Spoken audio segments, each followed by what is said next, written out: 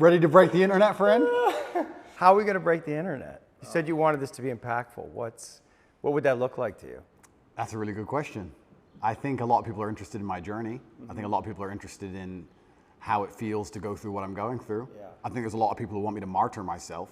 A lot of people are living vicariously through me. Yeah. There's a lot of people who say, yeah, Andrew, keep going. But they don't really care. They just enjoy the drama of it all. And I think I've already broken the internet, but you're a very interesting man to talk to. And with your insights, I think together, we're going to have quite a large audience. Yeah, I mean, that's a question that I have for you. Why did you want to talk to me? Because I'm a psychotherapist. You have your skepticism about psychotherapy, and yet here I am. That's true. We had a conversation before, and I've been told by many people it was my most interesting podcast ever. So I think it obviously varies from the norm in terms of the normal things I'm asked about. You have some unique insights. And I thought it'd be an interesting conversation. A lot of people are asking me especially about my mental state and those kind of things post-jail. So I thought, well, my most interesting podcast ever. People seem to be very interested in that side of me. So perhaps it can be a good conversation. Does it make you nervous that there may be things that you don't know about yourself that I'm going to try to reveal to you? I know everything about myself, my friend. You know everything about yourself. I believe that I have an intimate grasp of all the things about myself which matter, which allow me to compete. Right. So there may be things I don't know, but I'm not sure if I particularly need them. So I'm not that interested. Right. What's useful is more important than what's true. Absolutely. Right, and you've developed a framework of thinking about yourself and thinking about reality that's been incredibly effective for you. Completely. Right. What's useful is you nailed it. What's useful is more important than what's true. This is an old argument of mine, but I think we discussed it in the last podcast, and I'll say it again. When I say I don't believe in depression, nobody can convince me to believe in depression. That's not a matter of discussing whether depression is real or not. That's a matter of me accepting that my mental model for going through life is more effective if I don't believe I can become a depressed person. Yeah. I don't believe in depression, so I can't be depressed, so that allows me to be more effective. It's not a matter of sitting there going, well, maybe it's true, maybe it isn't. I don't believe in it, so I can't catch it. You shape your own reality through the conviction of your thoughts, your beliefs, and the words that you use. Why else would you adopt any kind of mindset unless it's designed specifically to make you competitive and make you win? You install the software in your mind, right? So if I'm going to install software in my mind. Did you install it? Well, I've tried very hard to curate it. Right, because wasn't it installed by your upbringing? Wasn't it installed by your mother and your father in some way? Good question. Before you were conscious, while you were just a developing child, like something got programmed into your psyche that has to have an impact on you. And those things can't necessarily be known because you were at such a young age. Absolutely. We're all programmed to some degree. I agree with you on this so far. I don't think anybody can escape programming, whether it's society, whether it's a television show, whether it's the people around you, peer pressure, whether it's a religion. We're all programmed to some degree. That's absolutely not really true. What I have done, and what I think most people do not do, is heavily analyze why I hold the beliefs I hold, why they help me. If I don't hold the belief personally, or if I didn't learn it from personal experience, I know where it came from, who tried to teach me that, whether their intentions for me were good or bad.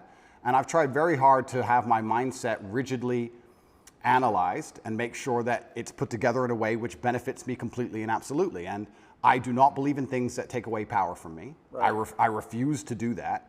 I would rather say that they are not real. And people will sit here and argue to the end of time that they are real, but they're not real in my world. And I live inside of my mind.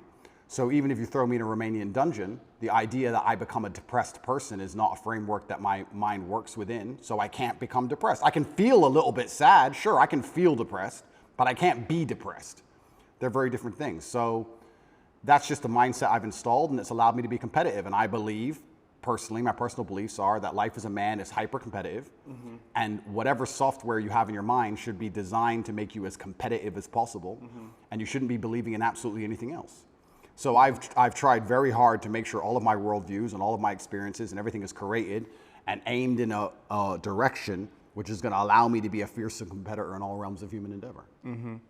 Have there been some of your beliefs or convictions that have been challenged through the experiences that you've had, particularly in the last, recently? Well, people challenge me often.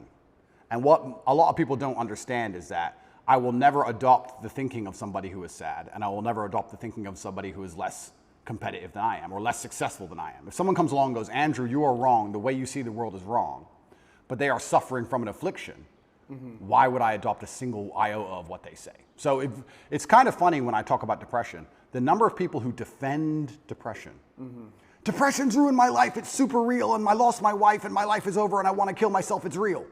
I'm like, surely you should like my worldview. If depression's so terrible and it's destroyed your entire existence, you should be listening to me tell you it's not real. But instead they're defending it and sticking up for it, which I find very interesting.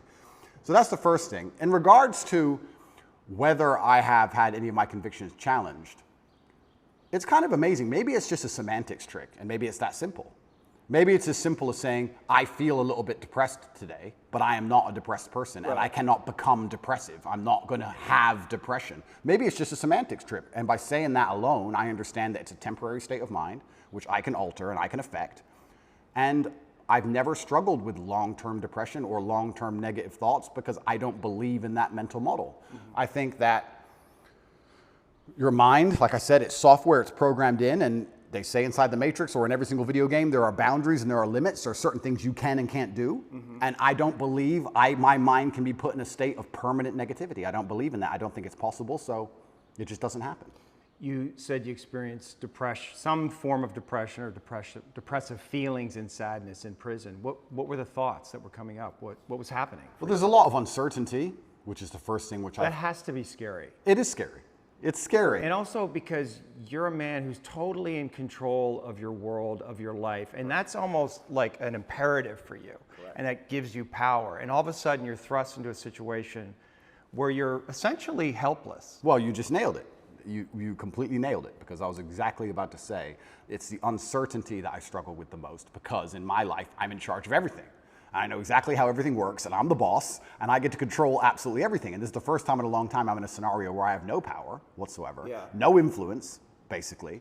I don't know what's going to happen. Nobody else knows what's going to happen. And also in my world, I'm the hero, right? I'm the head of the clan. Not just my family, but of a lot of people. A lot of people rely on me. Lots of women rely on me. Children rely on me, etc. So everyone comes to me every time there's a problem. So they continued to do that while I'm in a jail cell, expecting me to have some kind of answer. And I'm like, well, I don't have an answer this time. Every other time I had an answer, but this time is a bit unique. How did that feel? You don't have the answers. You can't help. Yeah, I mean, it was frustrating. It's very frustrating, and it's the uncertainty that would bother me. I don't think I felt sad very often, but I certainly felt extremely frustrated. I would sit there and think, there has to be a way out of this room. Not breakout, but like there must just be some words I can say, someone I can talk to. There must be a way. It's only a door. Like I can't just be stuck in this room. And it was hyper frustrating. Yeah, and the uncertainty of it is also scary, because in my situation, every 30 days they decide if they hold you longer or not. And I was encountering people who had been in there for years in my scenario. So. Well, the uncertainty is a form of torture, really. Oh, absolutely. Yeah, it's torture. It is torture. And it's designed to make you break. You don't know how long you're going to be there for. Nobody knows. You hear horror stories. You see other people getting out who've done worse things than you after a week because they've signed a piece of paper or admitted to something or whatever they've done a deal. And you're sitting there, and yeah, it's hyper frustrating. And I think you have two choices as a man. Often when bad things happen, I feel like you can maybe get depressed and sad about it, but the other outlet's usually anger or a form of anger. I felt like anger was more, in many cases, anger is more effective, I guess. It's more useful. You were angry in there? I wouldn't say I was angry, but if I started to feel negative, I could turn it into frustration or anger, which I could at least alleviate with 2,000 push-ups. It's better than feeling sorry for myself. I feel like if I had to choose one of the two outlets, deciding to use controlled anger was more beneficial than sitting around feeling sorry for myself. I don't ever believe in moping or feeling sad. So when I was at my worst, perhaps I was a little bit angry. But then again, I also think I do that in my normal life. If I'm honest, I don't think anger is a necessarily bad thing. I think that misdirected anger is a bad thing. I think if you get very angry about scenarios and you put it in the correct direction, you get unlimited motivation and you get a lot done. The water behind the dam, it can be destructive, but if it's pushing through the turbine, it powers the town, right? So if I wake up and I go, I want more money, if I can get pissed off enough about it, I can do 36-hour work days, right? So there's nothing wrong with being angry in my world as long as you are putting it in the correct direction. It's uncontrolled anger, I think, is a problem. Right, anger can be used as a fuel, and it's necessary. And from my framework, anger sometimes is a mask for pain. I'd agree with that. So did you experience pain in there? I know that's pain is a kind of an abstract word, but was it painful for you? Like, I want to know about your pain. Yeah, it's strange because I'm being as honest as possible. It's strange because I had this instilled sense of duty where even though I'm in a jail cell and I can't leave, and even though I'm cripplingly bored, I don't feel like I had time to feel pain, or I didn't feel like I had time to be a victim. You had nothing but time. No, I didn't have time. What are you talking about? Because everyone outside still relied on me. So when I would get on the phone, people would... Is that avoidance, though? I don't know. Do you keep busy? Do you avoid your feelings by keeping busy, being on the computer all the time? All the things I had to do still had to be done. Just because they threw me in a cell, it just made it more difficult, which means I have less time than ever because the difficulty's been increased. And when I would get on the phone, we wouldn't discuss how I'm feeling. I'd be worried about how everyone else is. They'd be like, how are you? Yeah, I'm in jail. What's going on with this? Are you okay? Are your bills paid? Are press hassling you? I was worried about fixing everyone else's problems from jail more than I was concerned about myself or my own mental well-being. And if I felt particularly, when I say pain, is an awkward one. I don't know if I felt pain because I don't feel sorry for myself, and I've developed this mindset of such absolute accountability that even though what happened to me I believe was unfair, and even though I'm completely innocent, I didn't think, why? I didn't think, why is this happening? I didn't think, why me? I didn't think, oh, this is unfair. Like, none of these things crossed my mind. I was like, this is garbage. However, you can't become the most Googled man in the world without, with every light has a dark, right? Like, let's be realistic about this. Yeah. I'm thrown in a jail cell. Do I belong here? No. But am I here? Yes. I was pretty logical about it. And I was like, okay, I've got a lot of things I need to get done. And I would feel angry if I couldn't get them done. But I don't think I felt pain. Now, I'll admit I don't sleep very well since I've left. Why? I could admit Do you know why? I heard you say in one interview that you have nightmares. I do have nightmares, yeah. What are your nightmares about? I don't think they're about anything. I just have almost like an adrenaline rush out of nowhere while I'm sleeping, and I shoot up. I bolt awake. No thoughts, no memories, no real visions? thoughts, no real story. Fear. That's fear. I guess it is, yeah. So so let's just, you're the dreams are a reflection of the unconscious. And if you're having nightmares, there must be some unresolved fear that wants to get worked out. I believe so, but then also, I love the idea of that. Of having unresolved fear. That sounds like the most interesting thing in the world to me. If someone were to say to me, Andrew, take this pill and your unresolved fear will vanish, I would say absolutely and utterly not. That's not fun. The fun is there's something in my mind which I don't have complete control or complete understanding of yet, and it's not detrimenting my day-to-day life really. Okay, I lose a bit of sleep, but this sounds like an interesting journey. It sounds like I'm in a new level of the video game and I've been thrust into a dark forest and I get to do something brand new. And I'm really genuinely not worried about it. You're not, yeah, you shouldn't be worried about it. It's just where you are. I'm not worried about it, and I'm also not like, oh, I need to fix this. I don't care. I'll have nightmares, and I'll wake up, and I'll either go back to sleep or I'll continue to work, and that's life. Maybe life will keep giving you situations in which you'll have to confront that fear to resolve it. Why would I want to resolve it? Well, because... I mean, if I'm really that tired, I'll sleep. No, but fear creates distortions in our mind, right? I mean, fear is the seed of evil. Right? And so we want to know what we're afraid of, because if we block our fear, we're susceptible to bad actions, right? And fooling ourselves about what they are, rationalizing. So I would argue that it's actually vital for you in the position that you are in and the responsibility that you have to actually confront your fear in a very real way, which probably goes back to your childhood.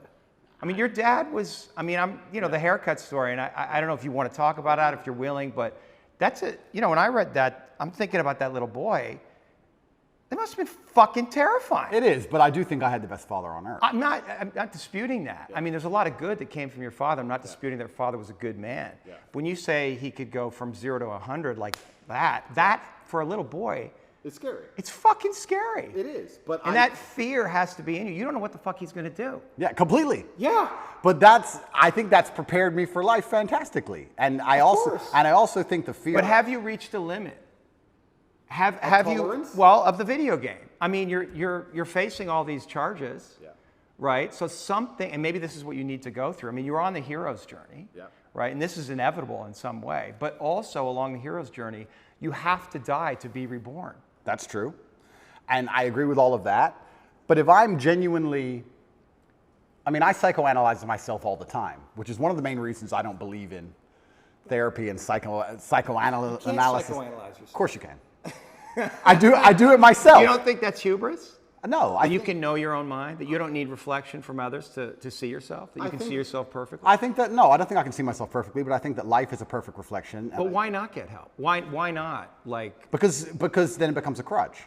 I like the idea that I can rely on myself to fix myself. well, you have a coach. Is that a crutch? No, it's not, because he's teaching me something. What's the difference? That's fine, but like if I had an affliction, I would like to be my own doctor. And I think with your mind, you can do a lot of it yourself. And I think if you have a very strict framework in how you measure how successful you are as a human, and I do it through competence and achievement, I say, which mindset do I need to achieve as much as I can possibly achieve? Right. And I can measure that in real time. I can measure that in literally dollars and world championship title belts. I can literally measure the success. I'll say, okay, well then this is the mindset I need to have to be as successful as possible. Anything that's deviating me away from that needs to be addressed and concerned and dealt with, and I can do that myself. And I think the fear that, if it's fear that's waking me up from nightmares now, it's just because I understand there's a very big apparatus, a very big enemy, which I cannot destroy and I cannot beat, coming to get me. So I do think that wakes me up. I think the fear is healthy. I think I'd be stupid to not be afraid. But I don't necessarily want the fear to go away because I have no problems feeling bad. Well, it's not about going away. It's coming into deeper relationship with it. And understanding that there's fear that's happening in real time, but there's also fear that may be in your psyche somewhere, in your body, that's connected to your history. And that may need to be resolved, because otherwise you're projecting things out that you may not be seeing reality totally clearly. That's the thing, right? Like, is there a way that you're not seeing things perfectly clearly? Well, then we go back to what I just said about perhaps that's true, but if I measure myself purely on competence and purely on achievement, whatever I think and whatever I'm doing is obviously fantastic. So I'm very happy with the mindset I have. And then we go into the argument, which is a level deeper, is am I supposed to be happy? Am I supposed to feel good? No, it's not happy. No, of course, but this is what I don't understand about people, especially men in the world today. Why are they so worried about being afraid? Why are they so worried about, I was afraid every time I fought. Yeah. I fought anyway. Yeah. Like, I don't let fear guide what I'm going to do. I do what I'm supposed to do regardless of how I feel. So I don't see anything wrong with feeling fearful. I don't see anything wrong with feeling stressed or under pressure or anxious. All these things men are trying to get rid of. And I talk about men specifically. I gender this because I'm a man. I don't know how it feels to be a woman. But all these things that people are trying very hard to get rid of from their brains, I don't see why they need to leave. I will argue the point that if I feel anxious and pressured and stressed and fearful, I will get more done than if I was happy.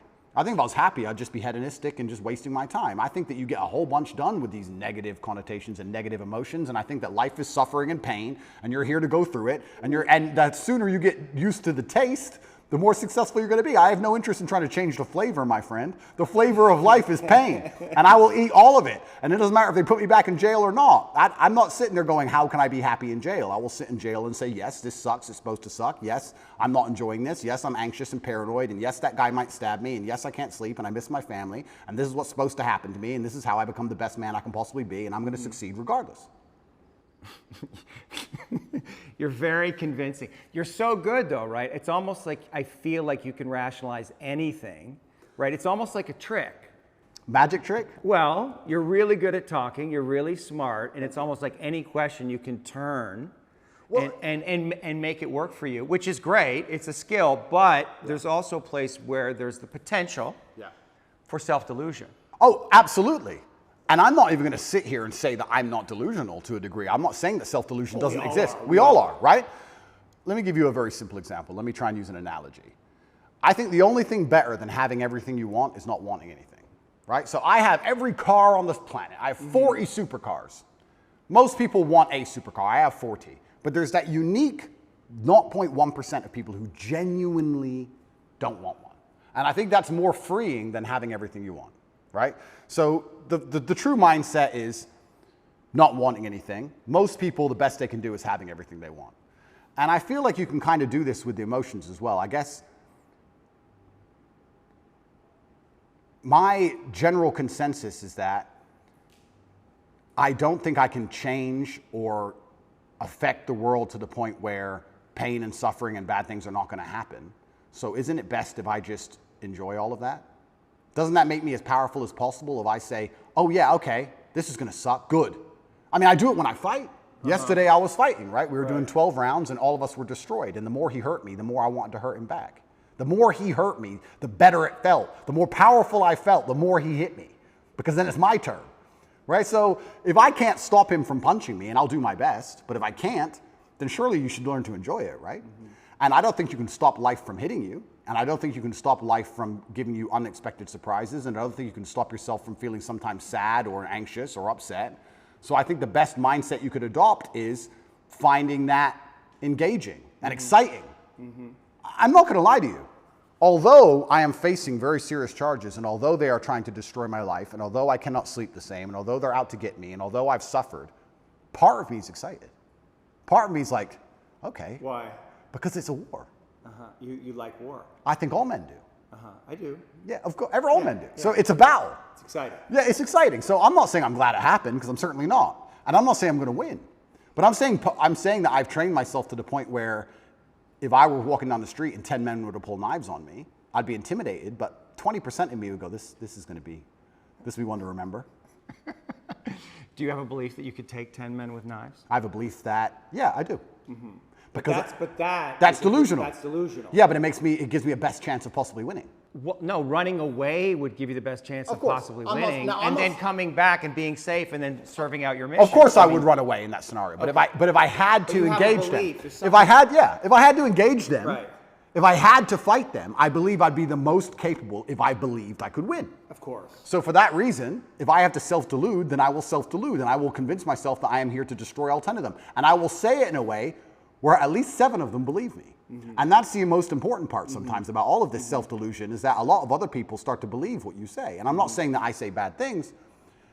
If a man were to sit in front of you and say, I can rip your head off with my little finger, and he said it in the right terms, and he truly believed it in his heart, you wouldn't want him to try. As ridiculous as that sounds, you'd be like, he's kind of big, maybe.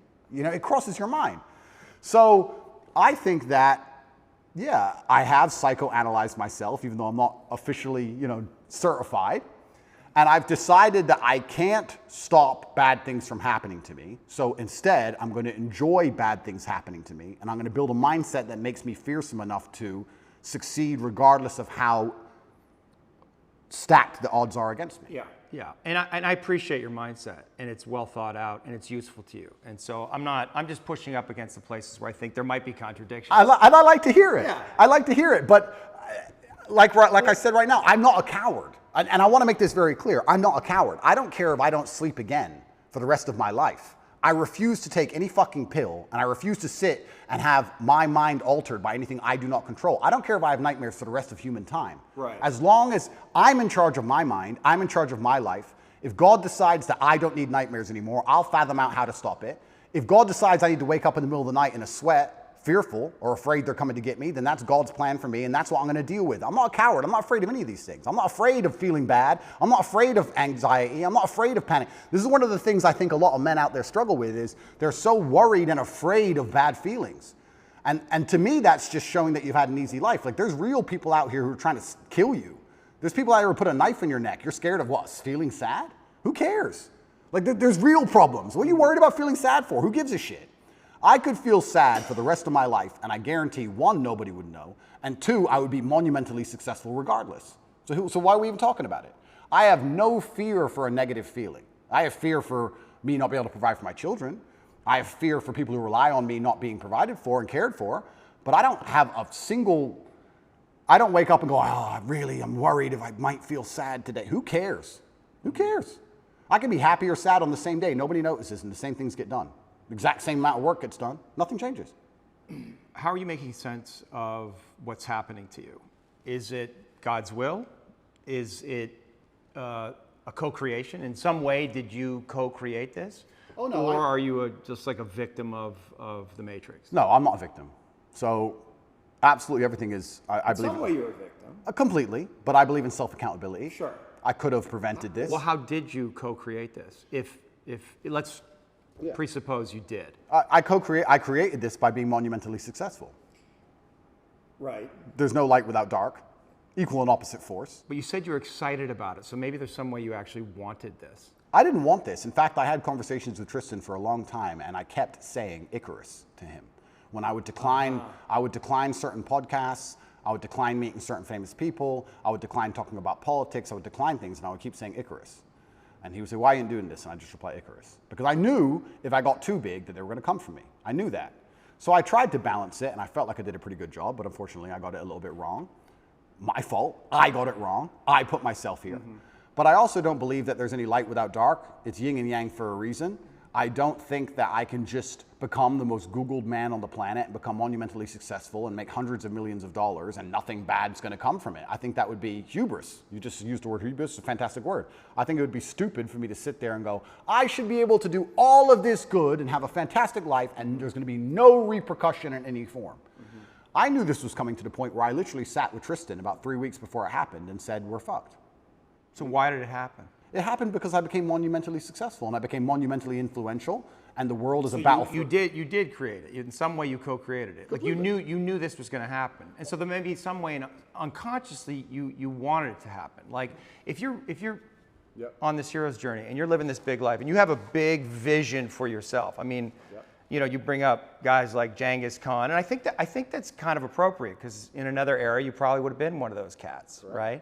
So now we're here, and maybe you need this in some way, need this test to really feel yourself, to know how strong you actually are. I mean, I know what you're saying. I don't think I need the test. I do feel like I need to tell the truth. I do feel like what's the truth? The truth is, well, the truth about the Matrix? Yeah, what I believe. And I do believe that I have a responsibility because of my massive platform. Yeah. And I do believe that the responsibility is for me to do my best to educate people in a way that's going to make them happy. And I know I could have sold my soul 1,000 times, and I know I could have avoided this, and I know I could have not said certain things, and I understand all of that. I wasn't looking for a war this large. I wouldn't say I was looking for it, but I wasn't ignorant to the fact that it might happen, and I wasn't afraid. You didn't do anything to avoid it, though. I did a lot to avoid you it.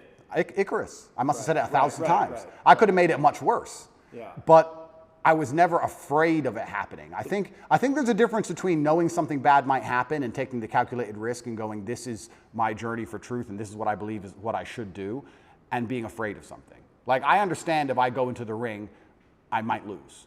But I do believe 93% chance I'm going to destroy him. Well, and you want the fight, either way. I guess so, because how else do you matter, right? That's my point. And I'm not saying that I'm glad I'm being persecuted for false human trafficking inside of Romania. I'm not saying that at all. But I'm saying that... Yet, on the other side of this, how strong will you be? Stronger than you could be otherwise, that's for sure. And have more power and influence otherwise. Absolutely. I mean, it's a Nelson Mandela.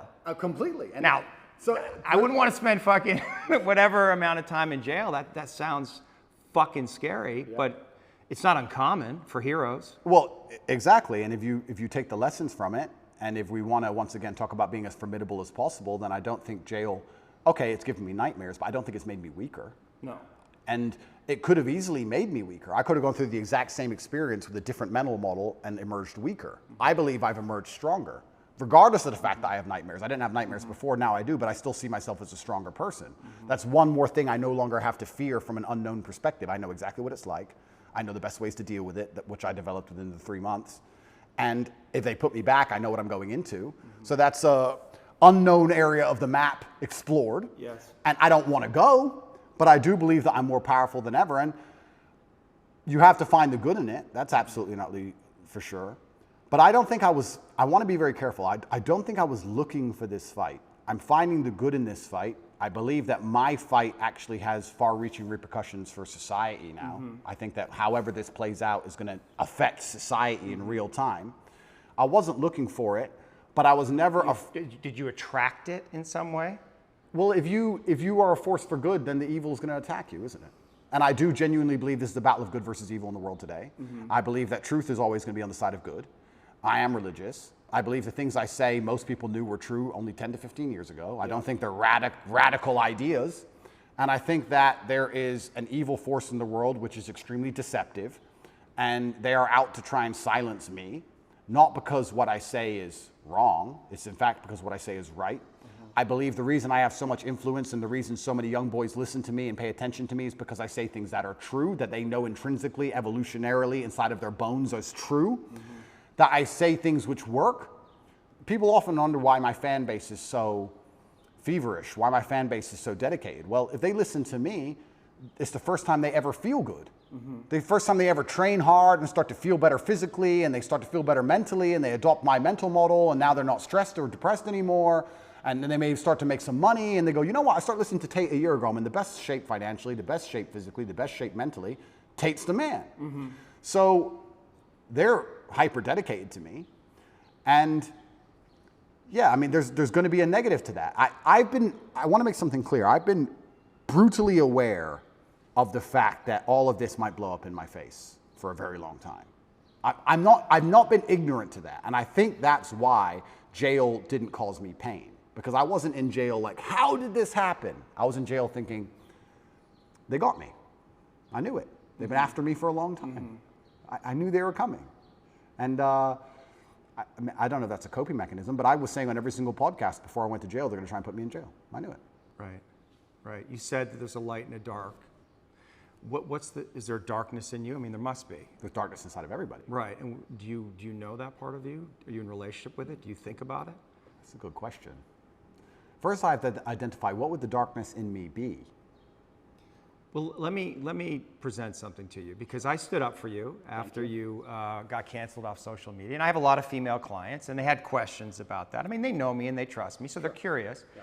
But one of them said, "Well, you know, Andrew he's out there saying that he's helping all these young men, but in the beginning, he made his millions in some level exploiting these very men." Okay. That's the frame that they were thinking about it. And is there validity in that, in what they're saying? Because I didn't know how to answer that question. I don't think I exploited the men. I think I exploited, maybe I did exploit the men, but let me change my answer. I don't think me not exploiting them would have prevented them being exploited. I think these men were out to be exploited regardless, whether I did it or not. So, but you can see how that sounds cynical to somebody, where you say, well, they're going to be exploited anyway, so I'm going to make money off them. And then once I make money off them and I get this platform, then I'm going to champion them. Completely. I mean, I guess that's probably one of the most logical arguments against me I've heard. Then we have to argue whether I was really exploiting them, which is another argument, right? Absolutely. Because a lot of these men, the only reason they didn't kill themselves is because they had an online girlfriend. Sure. So I actually think that webcamming and girls as a whole is closer to therapy than it is porn. Truly, these men are completely miserable, and the only joy they have is logging into that website. So I don't think I did exploit them. The reason I said the fact they're going to be exploited anyway, it's very similar to having an alcohol store. Let's say there's 3 alcohol stores in a row and all of your customers are alcoholics. Well, if you close your alcohol store, what happens? They just buy at the next store next door. Right. They're still going to be an alcoholic. You're not saving anyone's life. Right. But I don't think I necessarily exploited. I didn't see myself as exploiting them or exploiting the girls. I don't think that. I think it was a business opportunity, and I approached it the way I approach everything, which is extremely professionally, and I got good at it, and we had a very successful company. Everybody was happy, including the men at home and including the women who all became millionaires. I've turned more women into millionaires than I've turned men into millionaires. So, but maybe that's the reason they're coming after you, because they feel in that a contradiction, and they're not buying your story. Right? They don't believe it. They're like, oh, this is an act. He's not genuine. He's actually out for himself. Right? Well, and so that's the place that they want to get you, because there's definitely an energy out there. They want to get you. Oh, no, they're out to get me. Yeah. And I don't think that's the reason why, though. Well, depends who we're talking about. Yeah. But we're talking about the Matrix. I understand why and you've talked about that a lot in podcasts. We could talk about that, you know, because you are speaking a lot of truth, and you're confronting all the lies in the culture, and you're speaking against the most powerful forces in the world. But individual women, let's say, they're going to look at what you're doing, a lot of them, and a lot of them, you know, they're completely insane, and they're looking at these little clips, and they're distorted in their own feminism, and maybe unconsciously they can't reconcile to the fact that they would actually want a man like you. I think that's a lot of what's going on. It's like projection. I'd agree with that. You know? Nevertheless, there is an energy that's like they want to get you. They want you to be punished in some way. Yeah. And so, like, how do you, like, what do you do with that? How do you deal with that? Like, how do you answer to that? Like, if that woman was sitting here, what do you say to her? Yeah, I would say that her argument to a degree is a logic fail. Let's take it away from webcamming. It's a female. Logic. Don't be a misogynist. There's your blind spot right there. Don't be a misogynist, but that's like saying because... Well, it's not misogyny. You know? No, of course, but that's like saying because you've ever eaten a steak, you don't care about animals, effectively. Right. What she's saying is because he had a business in which some man may have felt exploited at some point, he doesn't care about humanity, which is a logic fail. Yeah, I understand. So that's not valid. What I have found in my experience often is that many women who seem to dislike me, after they meet me, don't dislike me anymore. I think the energy which they find repulsive over a screen or affects them emotionally over a screen, they end up liking in person. I think hate and love are actually very close to each other. And I've had women who scream how much they hate me at the screen, and then they meet me and they're literally in love with me. Well, you're a nice guy. Of course. So I've yet to meet a female in person who dislikes me. And I would love to talk to these women. I think that'd be the best conversation ever. I think it'd be the best podcast on earth. Yeah. But they are out to get me. They're certainly out to get me. I think that the fact that I'm so assured in a lot of my convictions, they find very threatening. People in general now seem to find it threatening when you're the kind of person who says, no, it's this way. And they say, oh, but the news said it's that way. Don't care. It's this way. And they find that ignorant, but it's not ignorant. I think it's just assured in your convictions, and they find that threatening, very threatening. I think that there's a lot of people who find me threatening, not because of necessarily what I say, but just how sure I am in my convictions and the way I present myself and in my monumental success. They find that overall threatening. The same way a rabbit will find a tiger threatening. It doesn't know why, it's just like, it just wants to run away from it. So is it incumbent on you then change the way you're delivering the information so more people can hear it? No. No. Because there are some people who cannot be saved, and it's not my intention to save everybody. I have no intention of trying to convince everybody to like me. My intention is to try to speak to the people out there who know what I'm saying is the truth and who like the way it's being presented and said.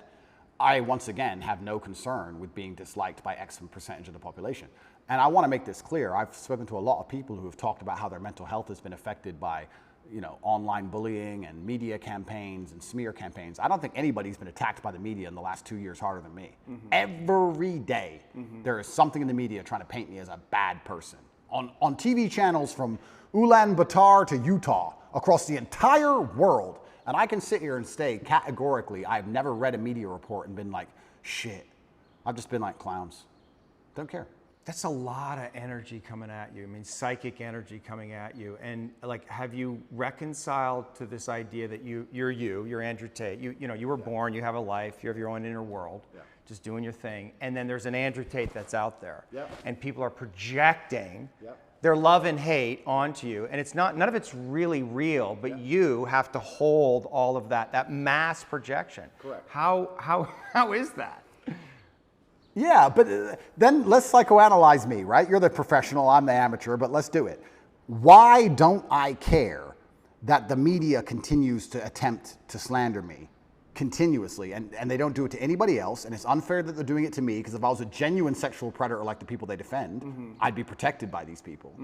We can discuss this, right? Sure. If I was going into girls' toilets, they wouldn't say anything bad about what I was doing. Yeah. So why are they, the fact that it's so unfair and it's so pervasive and it's so aggressive, why doesn't it bother me? Am I ignorant? It doesn't bother you? I don't think it does. Do you block it out? I mean, you must read these things and you see your name associated with these horrendous crimes. But it's not real. I understand. It's false. But you're able to keto every fucking bullet perfectly? If what they were saying was true, it would bother me. Yeah. But genuinely, because I know it's all garbage, it's all lies, it's water off a duck's back. And maybe my obsession with truth is obsession. I don't know if that's the right word. But because I believe I'm talking the truth, and because I believe the current war we're in is genuinely one of truth against deception and lies, that's their only weapon. Sure. That's their weapon, is deception and lies. So everything they say is a lie. So it doesn't really affect me. And I will sit and say that. But I know for me it's painful when I'm not seen. Like my goodness isn't seen, right? Like it's painful, or people misrepresent the things that I say. or judge me because of my association with you. Like it's painful. I'm not seen. Correct. Right, and that can make me angry and maybe cause, I don't know, some kind of negative reaction within me. And I guess I'm just curious, like, isn't it painful in some way? Like people, because there's a lot of people out there, they don't see you. They don't see your goodness. They only see the dark part of you, or they project their own darkness onto you, or their father's darkness, or Trump, whoever the fuck it is. They project that onto you. In some way, isn't that like? But those people are already paying the price. But those people, but for you, I'm saying for you, your inner it doesn't bother me because those people are already paying the price for their ignorance. Their minds are not free. Anybody who sits and watches the news and believes what the news says about me is the same kind of person who believes everything the news says. Right. And if you have two choices in this world, people are talking about the battle I'm in, and yes, I may be spearheading it, I may be at the front of it, but I believe that this war cannot be avoided. You are either at war against the injustice and against the lies, or you're at war with your own mind when you believe they're garbage. It is impossible for a man to believe the crap they want you to believe and be a happy, functioning adult. It's impossible. If you believe the shit that's on the television as a man, you're going to be miserable. So you're either at war with your brain or you're at war with them. Anyone who's going to sit there and go, I believe Andrew Tate is a human trafficker, I have 25 vaccines, I believe in Ukraine. These people are already paying the price because they're already miserable, and I can guarantee everyone who dislikes me is an unhappy person because their minds are enslaved. Mm-hmm. So I don't feel, when someone sits across from me, which has never happened in person, but let's say someone on the internet makes a video about me, right? Mm-hmm. And these happen. A new Andrew Tate's the worst man ever. I can load up the video and just look at him for a fraction of a second and go, he's paid the price. Right. He's already miserable. If I was that person, then depression would be real. These are fat internet trolls, losers, mm-hmm. who can't compare to me in any human metric. They know it, which is why they dislike me. Mm-hmm. Because anybody who genuinely gets out in the world and looks for truth and looks to be successful and is tenacious and is brave agrees with everything I say. Mm-hmm. So I don't feel pain when someone sits and says garbage about me because I believe that their mind is already suffering because they're not free. Mm-hmm. Their mind's not freed. Anybody who can listen to what I say long enough and not be emotional about it and actually understand it, well, those people aren't paying a price. So maybe that's a coping mechanism, but every single time I see a woman who hates me or a man who hates me, and I compare them to the people who like me, there's a massive contrast in overall physical attractiveness, success, financial success. Like, it's amazing. Sure. So it's like, okay, well, my haters are way down here, and the people who agree with me are way up here, so let them hate. Maybe they just resent you. Of course, not maybe. I think a lot of the reason this is happening to me is, and maybe this is arrogant, but... Are you arrogant? I'm with the therapist, so I'm allowed to be arrogant, right? A lot of the reason this is happening to me is because I'm tall and built, muscles and cool cars and, smart. People don't like me. There's people who look at me and go, he thinks he's too cool. Teach him a lesson. Mm-hmm. There's a massive amount of resentment involved in all of this. Yeah. Even from the Matrix itself, we talk about the Matrix and I talk about it and people, of course we compare it to the movie. But at the end of the day, there are people moving parts in all of this. There's a prosecutor, there's a judge, there's a lawyer, whatever. Mm-hmm. Someone is sitting in an office who gets a piece of paper saying, destroy Andrew Tate. Mm-hmm. And that person looks at my life and compares it to theirs and they feel resentful. Mm-hmm. And then they go, okay, let me use every power I have to try and destroy this man. Right. If my life wasn't so aspirational is a word you can use, but if it also didn't tick nearly every single box in regards to every teenage boy's dream, I think that they would be a lot less interested in trying to hurt me. Right. They're trying to hurt me because of the things I have and what I can do. Mm-hmm. So there's a massive level of resentment in all of it. And I also think the people who dislike me, a lot of it's resentful. It's either weaponized virtue or resentment. Right. Especially weaponized virtue. Let's talk about that. Because whenever I have a hater online, it's funny, people who hate me in person are very respectful to me. It's very strange. Isn't it weird how the bottom line of humanity is always going to be physicality? When they meet me, they shut up. Sure. Keyboard warriors are very tough. Of course. But online, it's very hard to say I'm stupid. It's very hard to say I'm not successful. It's very hard to say I'm fat. It's very hard to say I'm ugly. It's very hard to say I'm not charming or I'm not charismatic. It's very difficult to attack me with anything other than the fact I'm a bad person. Mm-hmm. He's all these things. He's perfect in nearly every metric, but he's a bad person. Yeah. Right? So how do you do that? Well, you take a virtue and you weaponize it. Misogyny, homophobic, whatever it is. They pretend they care about the subject when they don't. And they put it into a bullet and they shoot it at you.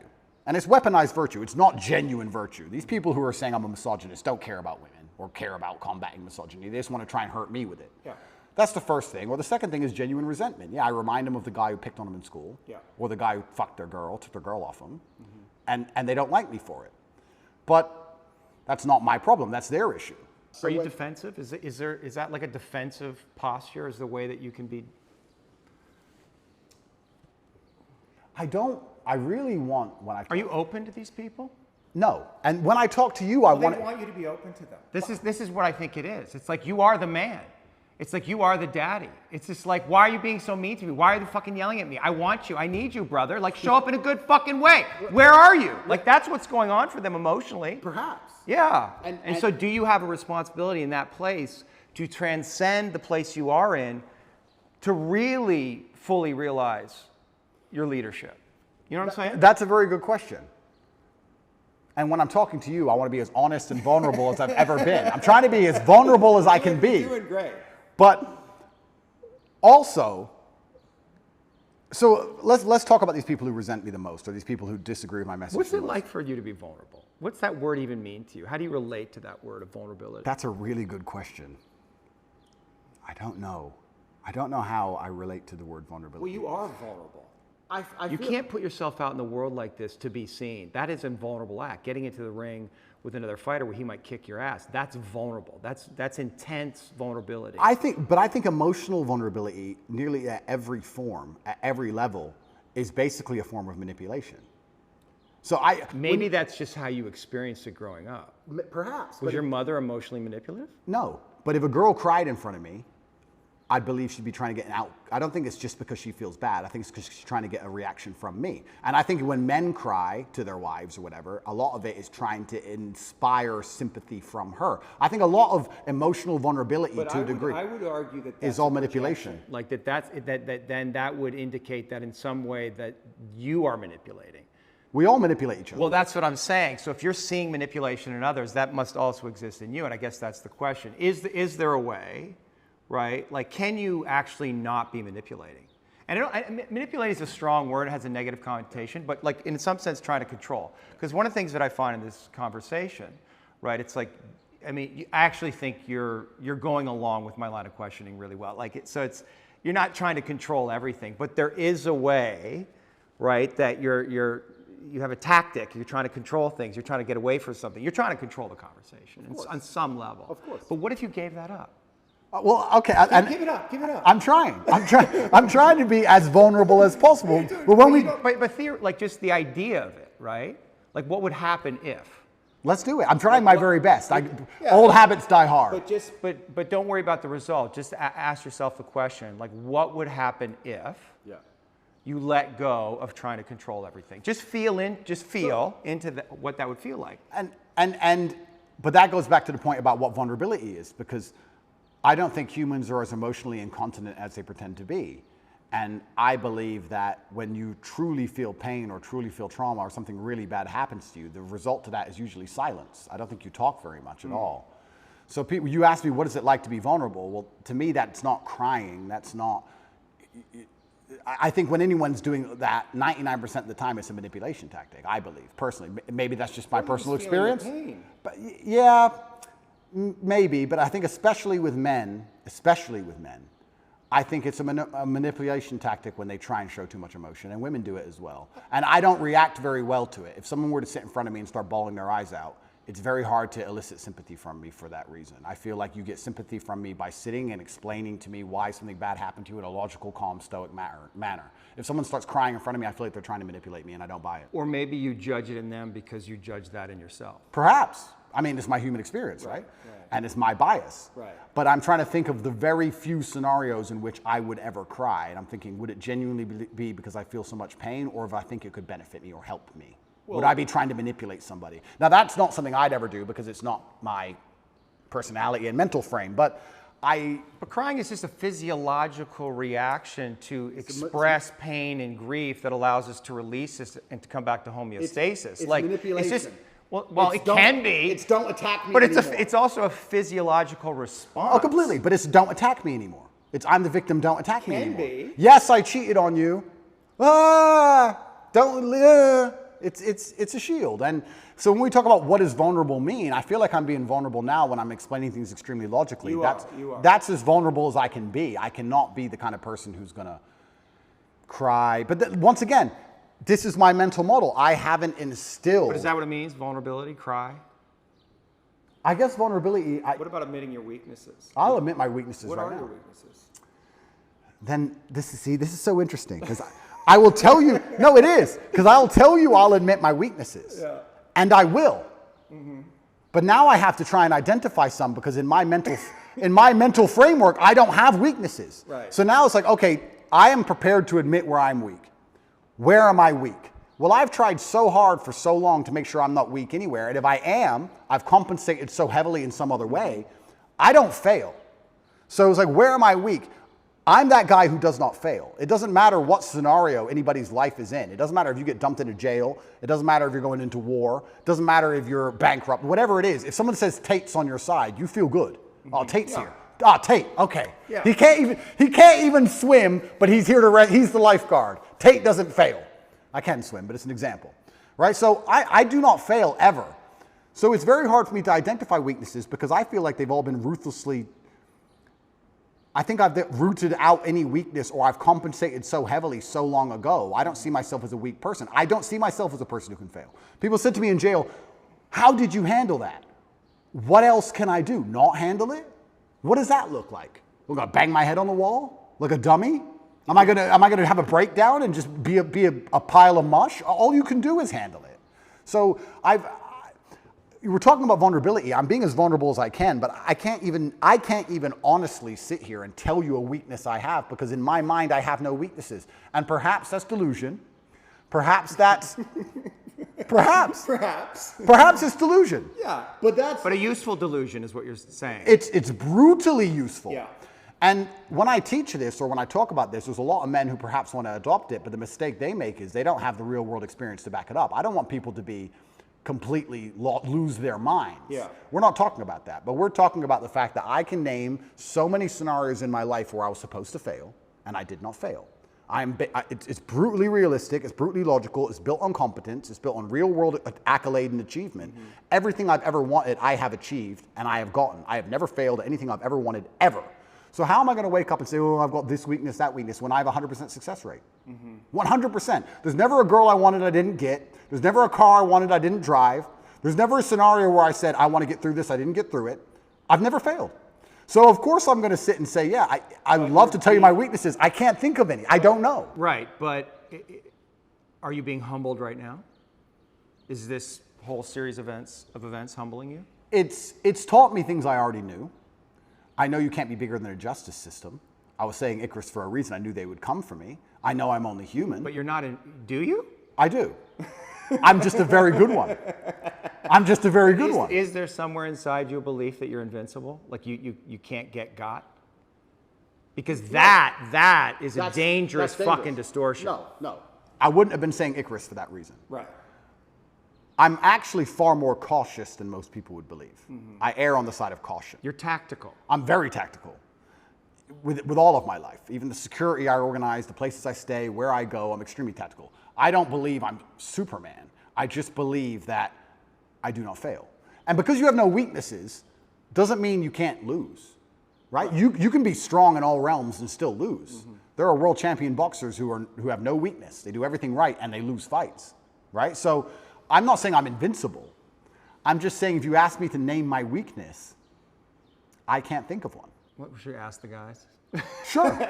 You can ask people. You can ask people around me. I would love to hear it. And I guess I can tell you what people say about me. Well, actually, that's a good question. Do you feel like you get? I mean, I guess Tristan, but do you get honest reflection? Can you trust the reflection? Because you're at the center of this kind of empire, and you have all of these friends. Yeah. But can you trust the information that's coming to you from anyone? Because everybody's. I mean, I'm here in some way for my own self-interest, right? Yeah. And the fact that you trust me was interesting to me. You let me in your house. So I assume that you have some kind of instinct about it. Yeah.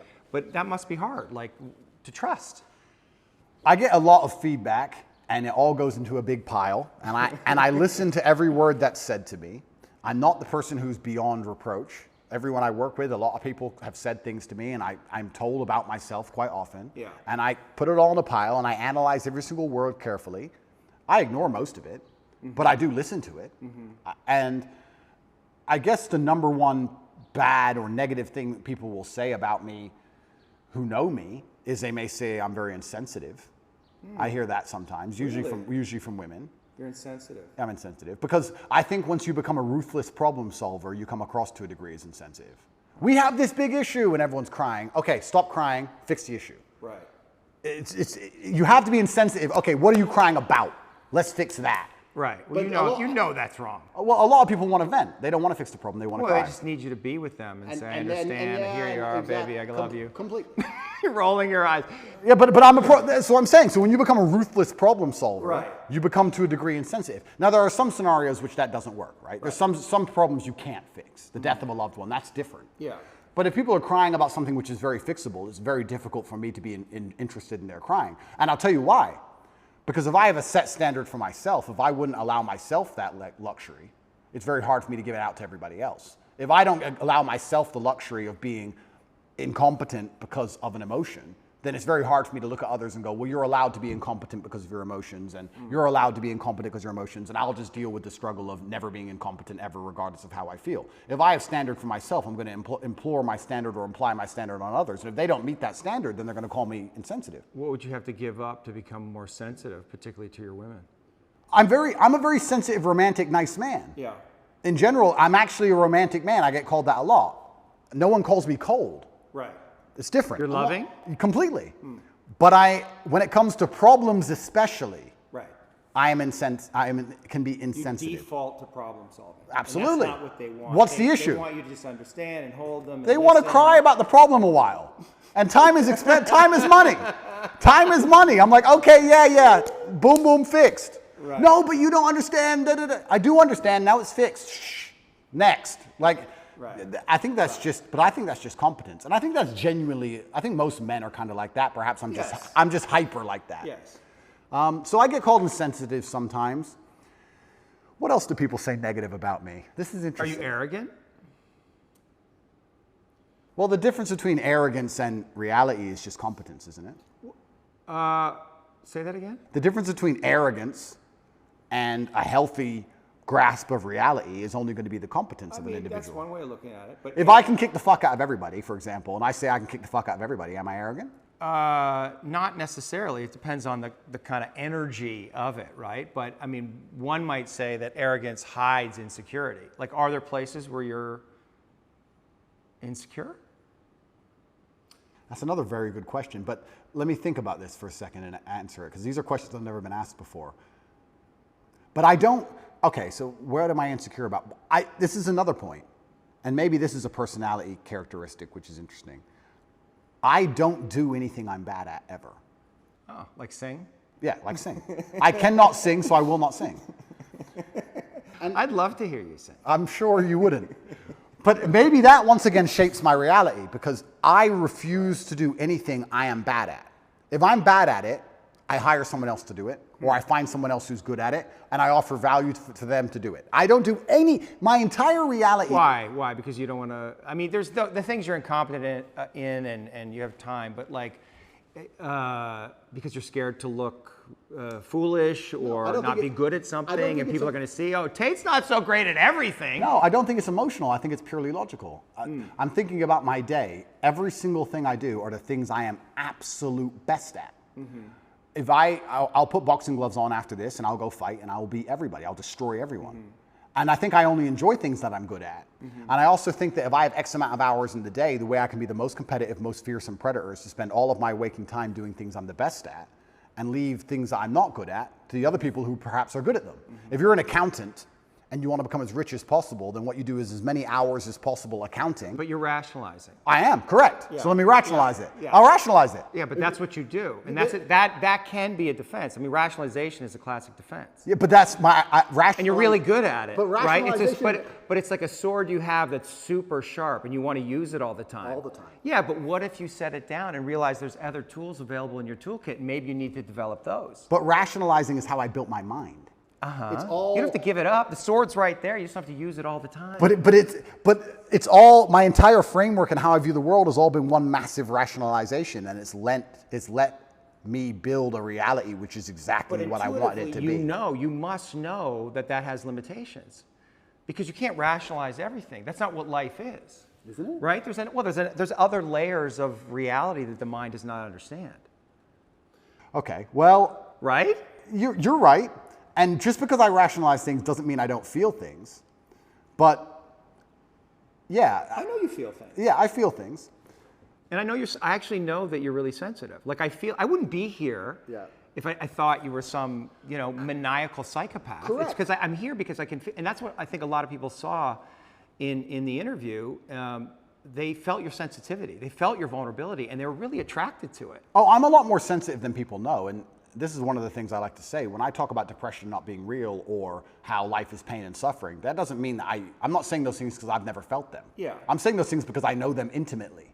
I'm saying those things because I know exactly how it would feel to label myself a depressed person. Yeah. I know it very well. I just refused to do it. Right. So yeah, I'm absolutely not a sensitive person. I would label myself sensitive.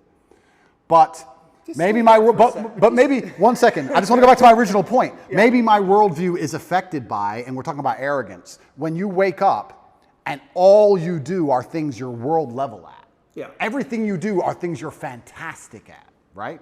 All of the time. Yeah. And you beat everybody all of the time at all of it. Yeah. Aren't you going to have a tinge perhaps of arrogance? Of course. Of course you are. So, but would I label myself an arrogant person? Well, I'm not going to sit down and say I'm good at something I'm not. Right. So I don't think I'm unrealistic. Are you taking on the full responsibility that you have given all of the gifts that you've been given by God? Yeah. Is there any place where you're not taking on responsibility for that? No.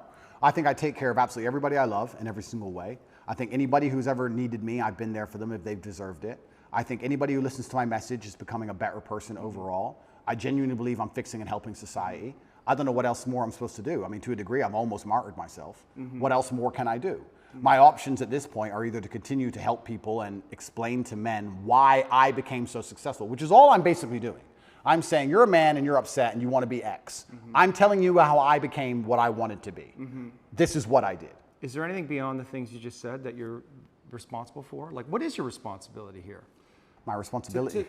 Well, I guess ultimately to yourself, it's to your family first, right? What is your responsibility to God? I think God wants me to be the best possible version of myself. I think that God dislikes people who are lazy. I said this to somebody once and he got very offended. I said, God doesn't like lazy people. God has created you and he wants to see the absolute best you can be. I think that if you don't take care of yourself, God has no interest in taking care of you. If you have a Ferrari on the drive and you don't take care of it, who's going to take care of it? Nobody. I think that taking care of yourself and being the best possible version of yourself you can be is how you please God. I think that's one of the best ways to praise him, is to wake up every day and say, I need to be the strongest, smartest, fastest, most fearsome, most stoic, most capable man I can possibly be. This is how I please God. Yeah. So I think your duty to God is also these things, and that's another massive source of strength that I get. When I'm alone in a jail cell, I understand that God is still watching. And God would be unhappy if I couldn't handle it. I don't think, maybe we can talk about God, or we can also talk just about basic cosmic balance. I don't believe you can become the most famous man on the planet calling yourself the top G without the universe testing if you're really about it. I don't think you're going to get to a point where the universe, whatever you want to call it, is going to say, is he really the top G? Yeah. And you're going to have to prove it. If you walk through life and say, I'm made of iron, I'm Mr. Tough Guy, sooner or later someone's going to check you and find out if you are or not. Right.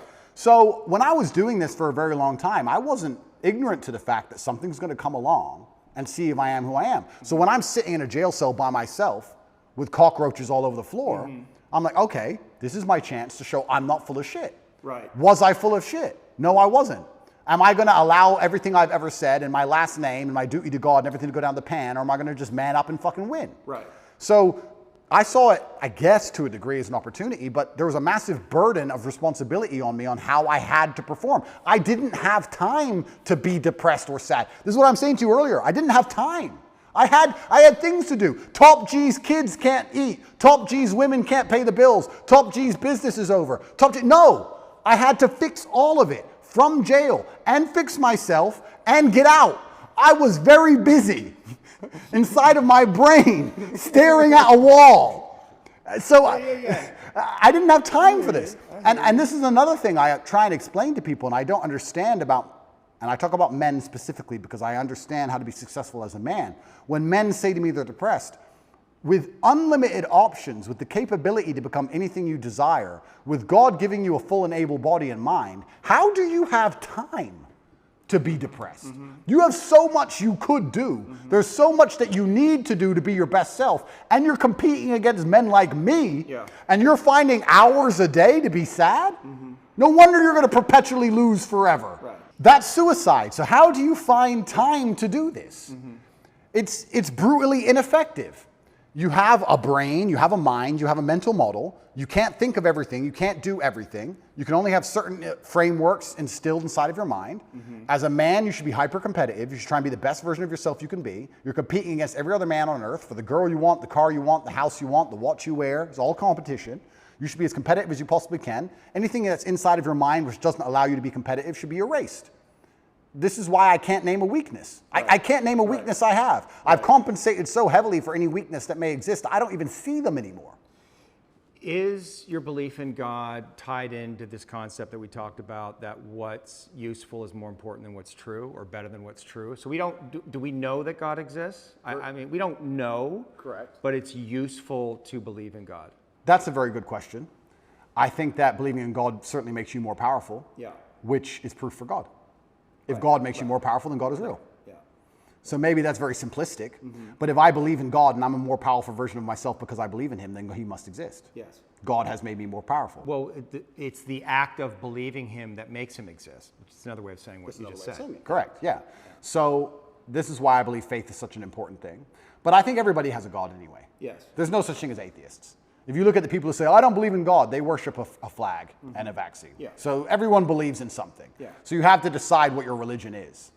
And I, once again, refuse to believe in anything that takes away power from me. I believe in things that make me more powerful.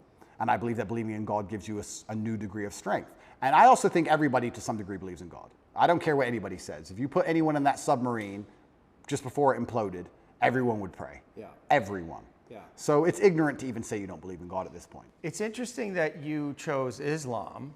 And I heard you talk a little bit about how you see God in Islam as kind of, you know, I don't know, harsh, but like firm and directional and clear, and this is right and this is wrong, which sounds a lot like your dad. Well, it sounds a lot like life. Yeah, like life. There's right and wrong in life.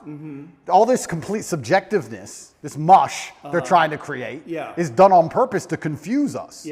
I like the idea of right and wrong. I like the idea of not having a choice. If you walk in, if you're hungry and you walk in to buy a sandwich and there's 100 sandwiches, it takes 10 minutes. If there's one sandwich, isn't life easier sometimes? So all this subjectiveness and all this choice and all this garbage, sometimes when I'm like, okay, I want to be a good person, I want a framework to adhere to that makes me a good person. Well, this is very clear. Yes, no, easy. Do you have like embodied experiences of God? Like, do you relate to God in that way? You know, I don't want to say supernatural, but like, do you feel God? I absolutely feel him, and there's certain times where I may feel particularly energetic. When do you feel God? So, usually when I'm feeling powerful.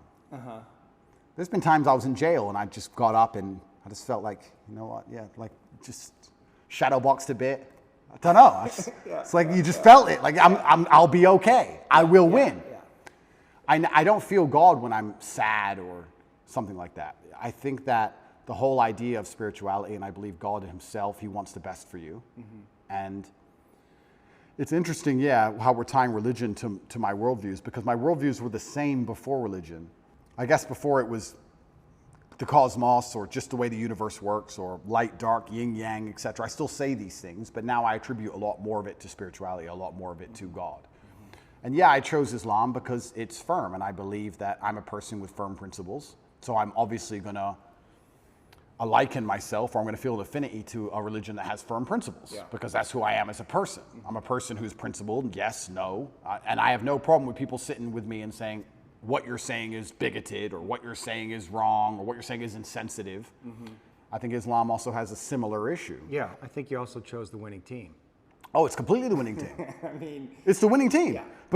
And it's the winning team. And I didn't choose it because it's the winning team. It's just the winning team because it has principles. yeah, I agree. And unfortunately, when you have no principles, if you don't believe in it, if you have no hard line, if you'll accept anything, then you don't believe in anything. Yeah. As soon as you'll accept anything, then you have no hardcore beliefs. If you have any set of principles or you have any things you believe in, there's going to end up being a barrier, and the people who fall outside of those barriers are going to be offended by it. That's the reality of it. If you have a religion or a belief system that doesn't offend anybody, then it's not a religious or belief system. That's my view. So yeah, I chose the winning team because I think more and more people are starting to understand how important God is in society. This is the first time in human history we're testing society without God. And what do we have? We have evil. Yeah. We have Satanism. We have degeneracy. And I think that most people are starting to understand that God is really needed. When I was young, I used to make fun of Bible bashers. Let's make fun of them. Yeah. And now I'm like, we need more. Yeah. Where are they? We need more Bible bashers. So, yeah, and I guess I certainly feel more powerful since I've reverted, but I always felt powerful anyway. But I guess now, instead of just believing it's the cosmic nature of the universe, or let me change that. I always felt a strong affinity to my last name and my ancestors. So I always had to a degree, a spiritual aspect to where I got my strength. I always felt like, well, my dad is watching me, or my ancestors tried very hard for me to be born, so I can't disappoint them. So I've always had this spiritualistic side. Like, imagine the disappointment my ancestors would feel if they fought saber-toothed tigers and survived World War II and went through all the garbage they went through just for my father to be born, and then he suffered like he suffered to raise me, for me to be raised and become the most famous man in the world and call myself top G and then cry when I went to jail. What am I? What kind of bitch? What am I going to go, wah? No, I go to jail with my head held high. And if they put me in jail for the next 20 years, I'll walk in there with my head held high. And if anybody sees me, I'm not going to be a broken man. I refuse to be a broken man. It's disrespectful to everybody who ever died or tried hard for me to be raised, for me to emerge from this difficulty as a broken person. That's absolutely and utterly selfish. When a man sits and says to me he's broken or he's depressed or he's sad, etc., that's selfishness. You have shit to do. Yeah. And you have people to be respectful to, including people who are no longer here. I don't have time. They can put me in solitary confinement for 20 years, and when I walk out of there, and the first podcast I do, I refuse to be called broken. I refuse. And that's because I feel like I had a duty to my ancestors, and now I feel like I have a duty to my ancestors and a duty to God. So I've always felt that. And I assume you feel like you're fulfilling your duty, that your father would be proud of you? I absolutely believe he'd be extremely proud of me. I think I'm doing the best I can possibly do. And there's something that people say, you tried your best. And that's true. But a lot of people overuse it. People say, oh, well, you didn't get it, but you tried your best. 99% of the time, they didn't try their best. People don't actually try very hard for things anymore. I am truly, genuinely trying my best. I don't waste a minute of my day. Before this podcast, as I set up cameras, I'm working. I don't waste a minute of my day. I do not miss a training session. I do not miss an email. I do not make mistakes. I'm on it. So I'm trying my absolute best. If I fail, for the first time in human history, then I failed. But at least I get the satisfaction in my heart of knowing I actually really tried my best. Most people don't get to get that satisfaction because they know deep down they could have tried a bit harder. Whereas if I end up in jail, I'll be like, Andrew, you did everything you could have done. So that gives you a level of peace. I did my best. My ancestors are proud of me. God is proud of me. I did my absolute best. I couldn't have possibly done better. And I got hit with a lucky punch, and that's life. And all I can do is just smile regardless. Are your oration skills, is that an art, do you think? I think that if you don't have the ability to make other people understand exactly what you think, that you're going to struggle. But is it an art? Like when I watched you with PBD and you got in these zones, and you do it all the time. I mean, you're doing it right now. You get in these zones where it's just like you're just flowing. I mean, it's almost, you can say it's a God state, right? It's a flow state, and it must feel really good. It does. Yeah, like it feels good that you never run out of things to say, and it feels good that I already have 10 things I want to say lined up before I say the first ones. And you know how to say them perfectly, and your voice is clear and resonant, and you're embodied in it. It's a skill. It's a skill. Well, but it's almost like an art, because I was watching you and I was thinking, this is like watching, Charlie Parker play the sax or Michael Jordan play basketball. I mean, you really and people might say, oh, those are exaggerations, but I don't think so. I don't know that I've seen somebody who's able to do what you do. But that's emotional. So we'll talk about how I'm actually quite a sensitive person. Yeah. I think the reason people believe what I say is because they can feel that I feel when I talk. Yes. And it's because I feel things. Yes. So I'm not a cold person at all. I'm just a person with a lot of emotion that I try and control and channel in the correct directions. But I think that, yes, it's a superpower to a degree. Well, I think that's why people are, one of the reasons that people are so drawn to you, because you let whatever wants to come through. And it's also why so many people hate me. Yeah, of course. Because there's no light without dark. Yeah. There's no, there's no joy without pain. You can't have a rainbow without little rain. That's how it goes. Mm-hmm. So I think that it's definitely a superpower for life. It's something I'd encourage every man to learn how to do. Yeah. It's certainly something worth practicing. It's the reason I don't learn another language, because I haven't mastered English yet. Right. So I refuse to learn another language. Yeah. I can't imagine me and my personality and Andrew Tate stuttering in Spanish. It just be like, what is this garbage? Yeah. So I don't have time. Yeah. So Yeah. I will only speak English for the rest of my human years. That's it, because I have not learned every word in the dictionary yet. Yeah. But yeah, I guess to a degree it's a superpower. It's extremely beneficial in all aspects of life, especially relationships. I'm not going to lie. I don't argue with women very often, because any woman who respects me and listens to me, I can very quickly and compendiously explain exactly why I'm correct. It's maybe the most powerful skill. The most powerful thing about it is there's two levels to it. One, making people understand exactly what you think. Yes. And the second one is making them think what you think. Right. And if you can do the second one, Do you like to make people think what you think? Because you have a lot of influence. yeah. And that's got to feel good. You're influencing people. You have this worldview. It's a powerful worldview. It's got all these things. And so you want to influence other people in some way to adopt that. I think that charity, even of itself, I think charity is probably one of the most selfish things you can do, which most people say, I'm giving money. I give $25 million a year. There's a website, tatepledge.com, you can see it. And I feed children all across war-torn countries, mainly in the Islamic world and in Africa. Am I doing that for the children? Yes. But I also feel great. I feel good for doing that. Of course. Yeah. So it's not a selfless act. No, nothing's selfless. Nothing's selfless. And it shouldn't be. And it shouldn't be. That's right. So when I'm helping all these people out here, I'm not doing it because I'm some philanthropist. I feel good helping people and people sending me emails saying, you changed my life. I feel good about it. I'm not going to sit here and pretend I'm just Mr. Philanthropist and I just care about the world. No, I like helping people because I feel good about doing it. It makes me feel good inside, which is why I do it. So yeah, I use my power to feel good. And I think the easiest way to feel good is to make others feel good. I believe that humans exist that way, and I think that's why we're societal animals. Even in jail, when I felt my worst, my goal was to make someone else smile. Because if I can make someone else smile, I would smile. So if on my worst days, I was my most charming, my most energetic, my most interesting, my most talkative. Yeah. I was happiest on my worst day because I decided that's how I have to be to stop myself feeling bad. Because I decided. I also feel like, it's kind of interesting. No one's emotionless, and I certainly feel things.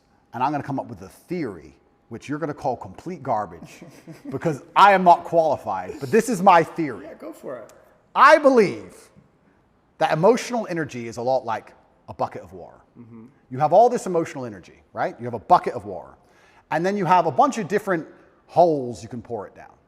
So I believe if you wake up one day and you feel particularly depressed, you don't feel depressed. You just have a lot of emotional energy that day. Some days you don't have that much emotional energy and life is pretty calm. But some days you wake up and you have this big bucket of water. And the superpower is deciding which emotion you're going to put it in. Not to not feel the energy, but to decide which emotion you're going to put it in. And I think that's my superpower. I don't have the superpower of being able to stop myself feeling things. Yeah. I have the superpower of being able to choose how I use that energy and what I decide to feel. And then if you want to be hyper successful as a person, you have to be very careful to avoid the happy hole. Because happy is what everyone thinks they would choose. If you had this emotional energy and could choose any emotion, you'd choose happy. But if you choose happy, you don't get much done. What do you choose? I choose, if I had to choose how I wanted to feel all the time, I would choose proud. And proud means you have to work. Proud means you have to do things. You have to achieve things. If you want to be proud and be realistic, you have to do fantastic things. So my default favorite emotion is proud. Right. That's how I'm happiest when I feel proud about anything. Well, and the organism releases dopamine in the brain when we do hard work. Which is and why I accomplish have to win. tasks. I have to win all the time. Yeah. I love proud. To feel good. You do it To to feel feel good. good. Yeah. I don't like happy. If I feel happy, giddish happiness like a child or like a females usually default to happy. They don't care how they get there. They just want to get there. Right. They just want to feel happy. Right. I avoid the happy hole because I think people who are desperate to only feel happy are the ones who are addicts, gambling addicts, drug addicts, drink too much, do dumb shit. It's all temporary, no delayed gratification. That's how you destroy your life, choosing the happy hole. So we were talking earlier about jail and how when I felt particularly bad, I'd wake up with a whole bunch of emotional energy. It's unchanneled. It's a bit wild. So I guess that can be perceived as sad you're out of or your depressed. routine, You're out too. of your routine. So I would sit and go, okay, I have all this emotional energy today. Where am I going to put it? And I'd put it in a place where perhaps on that day I might feel happy, or perhaps I'd choose something else, but I would try my very best to take all the energy and put it into a place where feeling that emotion was the most competitive emotion, or it was the perfect emotion for me to be as competitive as possible in that particular scenario. So yeah, on days where I woke up and I felt a little bit sad, I'd be like, okay, I'm going to turn the charm on today. I'm going to make everybody laugh. Right. And by the end of the day, I felt fantastic. Do you think God wants to break you? If God wants to break me, he's going to do it. Because we said, wants- right, the yeah, hero's maybe he journey, wants there to. must be death and rebirth. So what, like something, you have to be broken. At some point, you must be broken. You can't fulfill your mission without being broken. And whatever that is, it has to terrify you. But can't I be semi-broken or semi-close to broken and back from the edge? Back from the edge? Death and rebirth. That's the archetype, right? And what does that require? It means going into the cave and facing your dragon, which is your deepest fear, and feeling like it's going to kill you, and then entering into the void of nothingness, and then coming out the other side, reborn. And in that place where you're reborn, you're going to know things that you did not know sitting right here. And you're going to have a much bigger perspective, right? I mean, you agree with that template, right? I agree with it, but I feel like I can I don't feel like Get around that? Not get around it, but I don't ever have to fully die. Like I can just come close enough times. Like I'm not going to literally die. No, of course, but I'm not going to underplay how significantly difficult my jail experience was. Yeah, because you and do also- talk about like how tough you were, you managed it, and I guess and which is I believe that I'm not, but there had to be moments where you're just like It was terrible. despair No, it was absolutely terrible. or fear or like But this is very interesting into your death and rebirth point, because when it felt completely terrible, I do have the emotional control to not feel that. But I decided to let myself feel it because I felt like I wouldn't learn as much if I turned my brain off. That's right. So I've talked on PBD about Tristan. Tristan and I have the same superpower. Tristan didn't care about jail. He didn't care. He didn't, or he acted like Maybe he that's didn't just care. his own cope. He acted like he didn't care. But was his coping mechanism. Sure. Don't care about jail. I decided, no, I'm going to care. I'm going to feel everything. I'm going to allow myself to feel these negative emotions because I feel like I will learn more. I could have done what Tristan did. I could have woke up and said one day or later they'll let me out. Still rich, give a fuck. Right. Could have done that. I didn't do that.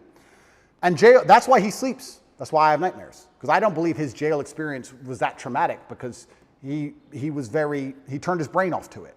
And that is a superpower. Yes. And I do have that power. If I went to war, I could go to war and watch all my friends be blown to pieces and still fight. Yeah. I would still be capable. I can turn my brain off if I have to, but I decided not to because I felt that feeling things would teach me more, which is why I'm kind of arguing your point about death and rebirth, because I feel like I don't have to fully break. I just have to get close enough to the edge to learn something and come back. why not break? Because if I break, then there's too Well, you much. know, My until empire then- might until fall. then, you don't know. Well, That's the exactly. thing. You don't know. I don't know. And that's scary. It is scary. Yeah. So why would I? That's why you don't want to break. because Completely. It's scary. I don't want to lose what I have. Yeah. Mentally, But that physically, well, but financially. Yeah, but that attachment, what would God say to that attachment? I don't want to lose what I have. But okay, I don't want to lose what I have because I also have a responsibility for others. Let me tell you something. If my mind broke and I couldn't come back from that, What's more important, your family or God? does God want me to break? I don't know. You asked. You asked the question. And if he does, I will break. Right. Right? Well, but you won't have a choice. I won't have a choice. But jail itself was terrible. Like, we're talking about vulnerability. I can sit and explain all the things I struggle with in jail. It was absolutely terrible. And I think a lot of people who are watching this, I think they need to keep in mind, I wasn't in jail. I was in Romanian jail. What's the difference? well, it's the poorest country in Europe, and it was built during communism, and it's basically designed to torture you. Cockroaches, yeah. Yeah, I mean, it's not like jail, like we imagine jail. I don't want to insult the Romanian justice system, and I don't want to insult any Romanians. I'm still within the confines of Romania, but I think most people at home understand what I'm talking about. I didn't have yard time. I didn't have any friends. I was in a room for 93 days. I did not leave that room unless I was being dragged to court in a language I didn't understand to be sent back to the room. Yeah, it was hard. I did a 4-day vision quest, 4 days, 4 nights, no food or water out in the mountains, like in a restricted area, like just like a prison cell. And that took me to my edge. So I can't even imagine 93 days. Yeah, I mean, it's terrible. And you don't know how long you're going to be in there for. Yeah. And you have no control over anything. And you don't sleep very well. People think you just sleep it off, but you can't. The jail is very loud. There's a lot of distressed people in there, a lot of upset people. The energy is sad. Yeah, it's a bad place to be. But I knew that my only option was to deal with it. So I knew that not handling it wasn't an option. So if not handling it's not an option, the only option left is handling it. So you just have to find the best way to do it. Yeah. And I certainly allowed myself to feel a lot of emotions in there that I could have probably blocked out so that I could learn as many lessons as possible. And I've learned a lot of things. But I would say that, I mean, all in all, I understood as a man, you need to have a strong body so you're not attacked by anyone else, and a strong mind so you don't attack yourself. And I think jail in many ways is just pressurized life. And if you feel a little bit angry outside of jail, you'll be very angry in jail. It's pressurized life, and you can't distract yourself with anything. Mm-hmm. Most people, if you feel angry right now, you're like, oh, that pissed me off. And then you get on your phone and talk to someone else about something else. You distract yourself, but you're left alone with your thoughts, and you can't distract yourself. And God decided to put me in there to learn some things. And I think it just confirmed a bunch of things I already knew.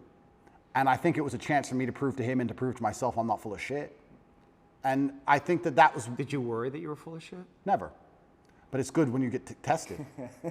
No, but this is actually the truth. Top G, right? It's a name, it's a nickname, blah, blah, blah, Top G. The basic premise behind it and why I'm idolized by all these young men especially is I'm Top G, the number one G, the guy who can do anything. He's the guy. I never for a second when I was saying it didn't mean it. I never for a second when I was saying it thought I was full of shit. Mm-hmm. So God was like, okay, let's find out if he's full of shit. Right. And I was placed there and I was like, all right, this is a chance for me to prove to myself and prove to God and prove to the man watching to the prison guards and prove to everyone else, my ancestors, that I'm not full of shit. I had a sense of duty in there and I feel like I performed it exceptionally. Mm-hmm. And it doesn't matter if they kept me in there for 3 months or 3 years or 30 years. I have to perform. That's who I am. And I will default to rationalizing, as you said, whatever it takes. I will come up with any rationale and I will say it in any way which is interesting and engaging and convincing enough to the outside world and to myself to install it in my brain that allows me to compete. That's just what I'm going to do because I don't want to lose anything ever. Yeah. And life, perhaps if we want to extrapolate this out, perhaps God's trying to break all of us. Maybe life is a big competition of who breaks last. I would actually argue, and I said this before, that the number one indicator of a man's success is his ability to deal with stress. I don't think it's IQ. I don't think it's physical capability. I don't think it's anything. If you take a man who can deal with a bunch of stress, he's going to be more successful than a man who can deal with less stress. How much stress you can put up with has a direct correlation to the kind of life you're going to live. Most people who want my life don't have my life because they couldn't handle my life. Yeah. That's why. They go, I want to be like Tate. I want fast cars and private jets and all these girls and all these kids and all blah, blah, blah. But they couldn't handle it. They couldn't deal with the pressure of it, which is why they'll never get there. Because even if they get anywhere near it, they'll have a mental breakdown. Right. So how big your life is and how successful you are in the physical realm is directly linked to how much stress you can deal with. And perhaps God's trying to break all of us. And he's trying to find all of our limits. I think most people at home watching this probably have something going on in their mind right now or something going on in their lives that might break them. Yeah. To me, it would be nothing. To them, it's a big deal. Yeah. So God's out here to break all of us, and I want to be the guy who breaks last. Well, maybe he's trying to make us stronger, give us tests to help us evolve, to help us grow, to help us know him more. Absolutely. So let's assume that's what God is doing. Mm-hmm. To a degree, he's trying to see where all of us would break. You have two responses to that. You can either be intimidated by the fact that God is out there trying to make your life difficult, or you can be excited by the idea of it and saying, this is my chance to prove myself to God. Right. Which is what I was saying earlier on at the very beginning of our podcast, why I've adopted the mindset where struggle is semi-exciting to me.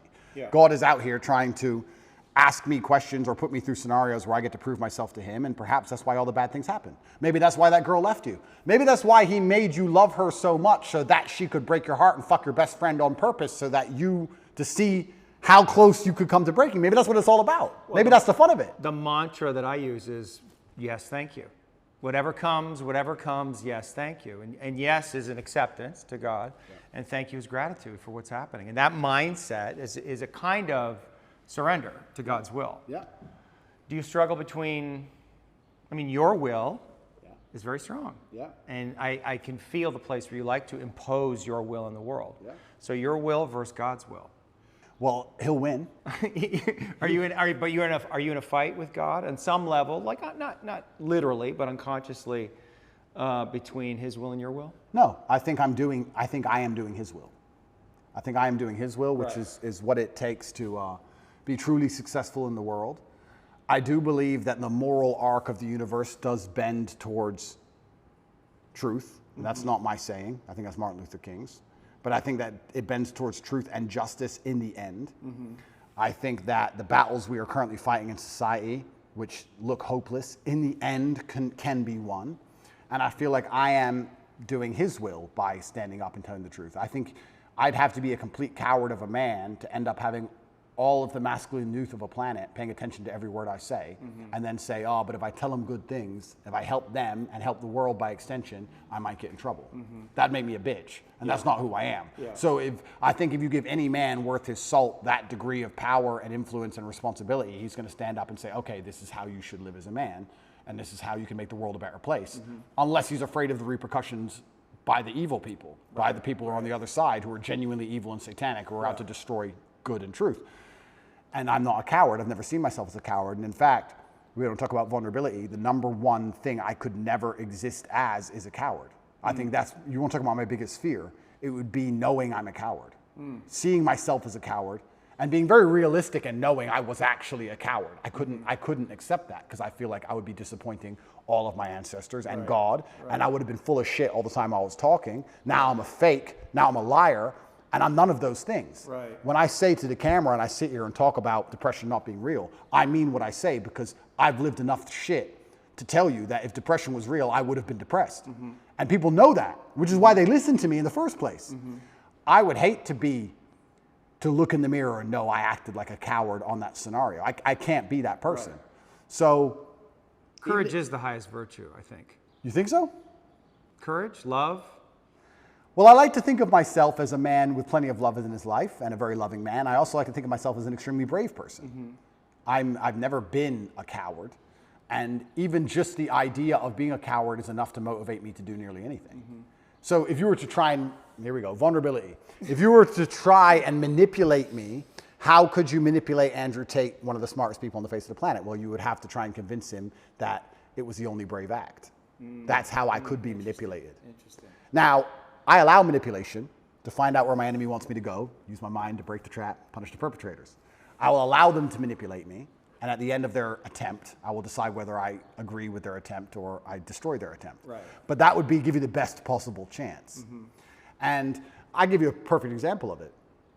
COVID, when on day one, when everyone got locked in their houses and they were talking about Italian hospitals being full and people were dying on the street in China, when everyone believed because it was brand new, day one, me and Tristan decided to fly to Sweden and just run around in nightclubs because it's the only open country. Did we do that because we have medical expertise? Did we do that because we were guaranteed to not get sick? Did we do that because we knew something other people didn't? No, it was the brave choice. The brave choice is to go do something reckless. We might all die. Let's die in a nightclub in Sweden instead of dying in our house. So we always have chosen and defaulted to the brave choice. And part of me, maybe when we talk about excitement, I love when God or life or the universe or whatever you want to call it gives me a chance to be brave. I love when he gives me an opportunity. Here's your chance to be brave, Andrew. Here is your chance to show you are that guy. Here's your chance to have another story where everyone else would have failed, you would have succeeded. Here is your chance to win. I love that because, it's easy to fly around on private jets and stay in 5-star hotels with a bunch of beautiful women and drive Bugattis around. Cool. But where's the point where I get to actually prove I mean every word I say? So God gave it to me. So yes, thank you. I agree. We agree. Thank you. And if God decides I have to go back, then the best mental model I can have is not, The Romanian system of justice is unfair. It's corrupt. I got too big. The Matrix got me. No, the best mental model is God wants me to learn something here. And he's going to teach me that through suffering. He's going to make this difficult, and he's going to make me feel pain, and he's going to make this as hard as he decides it needs to be, so that I can sit here and learn things. So I'm going to go and sit with my cockroach friends, and I'm going to learn. I already learned things. I can tell you a bunch of things I learned. Even physical things. I would hunt cockroaches in the dark. At night. I would stand to kill them. I'd stand near the wall and I'd measure out a palm strike directly, exact measurement, so I didn't hurt my elbow or my hand, to the wall. And I'd just sit and just wait. And I'd hear them crawling. And in nearly pitch black, I could hear one in front of me. Bam! I got to the point where I could kill them. Ninja for real. I was like, I'm learning shit in here. Right. So that was fantastic. I learned. Did you learn anything about yourself? This is again New information. That's all. I mean, you must have, right? I mean, you had a new experience, so there must be new information. I mean, you got tested, right? You're in jail, for fuck's sakes. Like, something must have popped into your mind. There must have been some revelation, some edge that you came to. It had to be, no? I'm exactly who I thought I was. I am 0% full of shit. I am exactly who I thought You're I was. 0% full of shit? If you would have told me, Zero? if you would have told me before I Not went, like 0.1, before I went to, 0.5? before I went to jail, before they put me in that dungeon, in the dark, with the cockroaches, if you would have told me how I would react to that scenario, I would have said to you, I would have suffered and it wouldn't have been nice, but I would have refused to break, and I would have been the kind of person who sat there and endured and emerged more powerful than ever before. That's what I would have said. Yeah. And that's what I've done. Yes, yes. That's exactly what I've done. Yes. So But that's not the question. no, it's not. There may be a side order of nightmares. I learned, I've never had nightmares before in my life. That surprised me. But they're here now. That's life. I learned that, I guess. I learned that when I got out of jail. I didn't have nightmares in jail, which is strange. I had nightmares when I got out. Maybe it's fear of going back. Don't know. Yeah. But what else did I learn about myself? I had already pre-decided and had already told the universe how I would act in said scenario. This scenario was not a scenario I hadn't discussed or didn't believe could happen to me. I had already analyzed, if this happens, what are you going to do? It was a pre-designated plan. And I just followed the plan I had already laid out for myself when I had already psychoanalyzed myself without my qualifications. I had already decided what I must do, so I did it. Yeah, yeah. And I was able and capable of following the plan and following through. Yeah. So I'm not a liar. I'm 0% full of shit. Right. I hear you. And if I was full of shit, I would sit here. Nightmares, though, but there's something. It's not full of shit, but just the something happened. Oh, completely. Right, because you're having nightmares now, so something is going on. Yes. That you don't like. Understand. That's all I'm getting. That's completely true. I performed exactly how I needed to perform and how I knew I would perform. So when I talk about being top G and mental control and depression is not real, everything I say is true. I performed exactly as I could. And I should. There is a side effect, which happens to be these nightmares. But my attitude towards the nightmares is, yes, thank you. Good. I don't want them to go away. They will go away when whatever needs to be dealt with is dealt with by my own mind. And like I said, if anyone else could fix them for me, I would not allow them to, because I believe it is my lesson and it's my pain and my trauma and it's mine to deal with. And if I have to keep them forever, I'll keep them. I am not afraid of feeling negative. I'm not afraid of it. I'm not afraid of having nightmares. I don't wake up going, I want to feel good. I don't care. So if I have to feel miserable, it doesn't bother me. I don't see why. In fact, I'm going to change that. I don't see how you can put such importance on how you feel as a man, because it makes you non-competitive. Well, but it makes you, what it does is it brings you into presence. And presence is the most powerful quality that you can have as a human being. And if you are not in touch with your feelings, if you disown them or you rationalize them in some way, you're not fully present. Completely agree. Right? So the reason we want to connect with the places we have fear or pain or sadness, right, or anger, whatever it is, it's not to feel it and let ourselves be a slave to it. It's just to let it come into our conscious awareness, to know what it is. There's information there. It's data, right? And if we can be present with all that we feel, right, we're much more powerful beings Now, it's super interesting you said that because you're right. Because I wouldn't consider myself a present person. I am always thinking about what must be done. I'm thinking about Interesting. Always. That you would confess that. I'll You're confess. not a present person. No, I'm not present.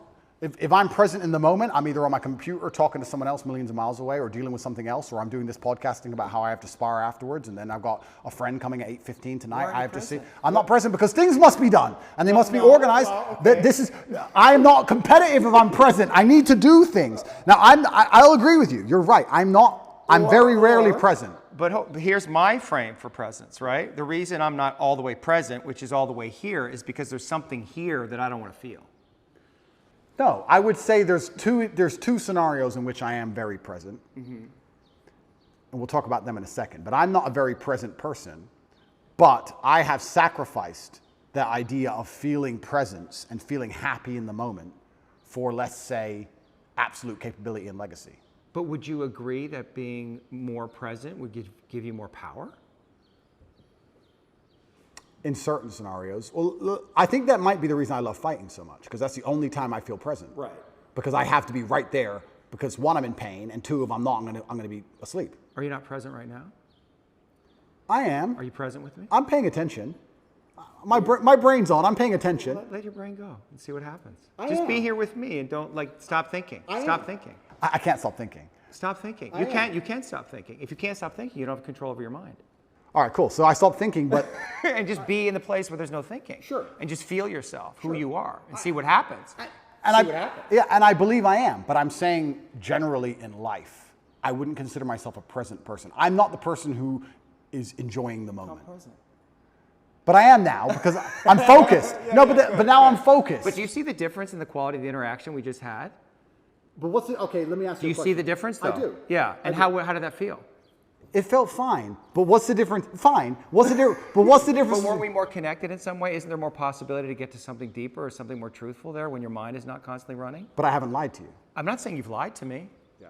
I'm not saying you've lied to me. I just said there's other levels, there's other layers, right? Is there? Is there? You get to it. That's why you fight. It's what you said, because it gets you out of your mind, fully in your body. And when you're fighting, you're in that zone. Some of their focused. intelligence opens up, though. Yes. You're doing things. You can feel that guy, and you can miss the punch and react. you don't even know why. Correct. Right? And so that is available all the time if you're willing to get present. Does life require that degree of focus? Not focus, presence. I know they're slightly different. Maybe I see them as the same. I don't see myself as a particularly present person. I do enjoy the presence of fighting. I do enjoy the presence of driving fast cars very fast. Right.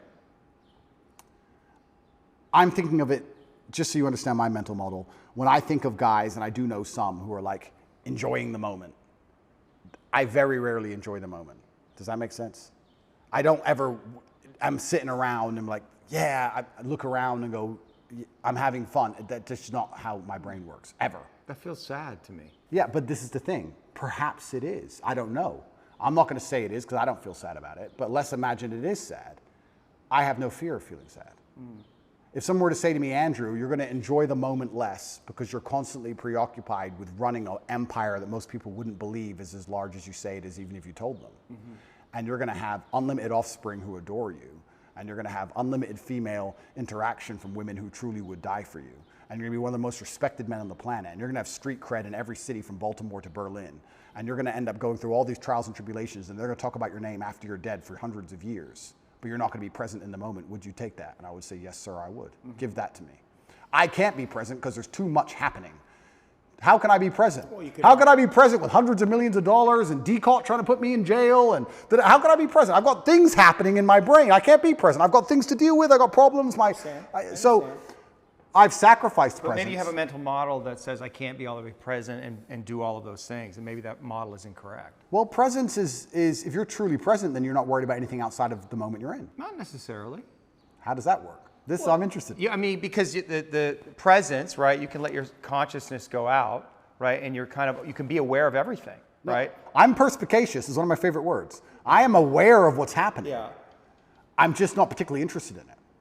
So I will sit at a table where everyone's having a conversation, and I'll sit on my laptop, and I'll chime up once every hour. I hear every word. I've analyzed every word. I know who's right. I know who's wrong. I know what I could have said. I know whose brain I could have changed, what mind I could have affected. I've already considered if it's worth doing, but I'd rather do my work, and I'll ignore it all until I pop up and say 3 words and control the entire conversation and go back to my laptop. Yeah. I'm aware of everything. I'm just not particularly present because I feel like I've built a life which is so large that it's hard for me to be present in the moment. I'm present with my children for an hour or 2, and then it's like, okay, back to work. Right. So, was your father present with you? No. But I don't think. But then again. I'm just saying, as a psychotherapist, when somebody said that, you said that he wasn't present with you. That must have been. That didn't bother me at all. It didn't bother you? No. He had things to do. He's a full-grown man. I mean, we could talk about the haircut tweet, but I didn't understand, your history that you were raised by a single mother. Your father wasn't around. Yeah. So you'd see him once a year? About that, yeah.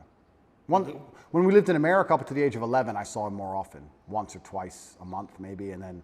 When did they split? I was 10 when they left. But I always understood he's very busy and has a lot to do. So I never... Can you see how the boy might interpret that as my father doesn't care about me? No. You can see how, I understand you sitting here right now, but you understand like a little boy. I think a little boy might think, where's daddy? I want daddy. I'm here alone with mom. And he might be right because some fathers may not care. But my father did care. Right. He was just very busy. But it must have been confusing for you. No. Not for the little boy? No. Like bring. I'm being honest. I'm being honest. It wasn't. Okay. I never or you cut off, or those feelings were so painful, overwhelming, you cut off from them so quickly and then created this mindset to deal with. I never for a second felt like he didn't care about me, ever. I'd never felt that. It didn't cross my mind. Consciously. Consciously. But is it possible that unconsciously you might have a different belief? And that on some level, some of what you're doing in the world is motivated by that, like wanting to win the love of your father? I think that is semi-true, but I'll tell you, I think that's fine. No. That's semi-true. That's semi-true because I believe I have a duty to my ancestors. I don't think it's coming from a place of I'm broken trying to fix myself. I think I have the last name Tate. It was bestowed upon me, and I have responsibilities to live up to the last name Tate. Yeah. I do believe I have a duty to my ancestors. So is that trying to win the love of my father? Perhaps. I never felt unloved by my father, ever. In fact, I would argue I had the best father on earth. I never felt like I was owed all of his time. It was very clear to me at a young age that he's extremely busy and extremely important, and that I can earn his time, or that I can't have as much of it as I want. You have to earn his time? Yeah, that was yeah. A son should have to earn his father's time? Yeah, why not? Because he's a boy. True. And so the father's love should be, at least for a boy, unconditional in some way. Love and time are not necessarily the same thing. Okay. If I told my father, I want to play chess, I want you to teach me chess, he could find 2 hours. If I said to Dad, I want to play video games or let's watch TV together, he'd say, no, son, I have things to do. Right. So to a degree, I'd earn his time. Yeah. His time was valuable and it could not be wasted. Yeah. I feel like I have a duty to my ancestors. I don't feel like, and when I'm in jail, I feel like I can't disappoint him, and I feel like I do good for the world. I don't think this is me being some kind of broken secret. This is where we're going to disagree. You're going to think I'm some broken child inside or something. Okay. Well, the inner child, or I'm guessing, but. Well, yes, inner child. Okay, yeah. I don't think it's anything to do with that. An inner child? I think it's duty. I think I have duty and I have honor. Yeah, I understand you have duty as a man, but that doesn't mean the inner child is not there. And I guess that's if the inner child has been disowned in some way, or his feelings have been relegated to the unconscious, like that's impacting you, that's affecting you, and knowing what those feelings are and how they impacted you, I think would be important information for you. But I was never sad. I can't say I had a hard childhood. I can't say I was sad. I can't say I wish he was different. Once again, let me psychoanalyze myself. Yeah. Once again, this might be rationale. I might be rationalizing. Yes. I might say, well, whatever happened made me the person I am today, and I love who I am today, so I'm glad it was the way it was. Perhaps. But once again, I think that puts me in the correct mental framework to be as capable as possible. I'm not going to sit here and say, I wish my dad did something else.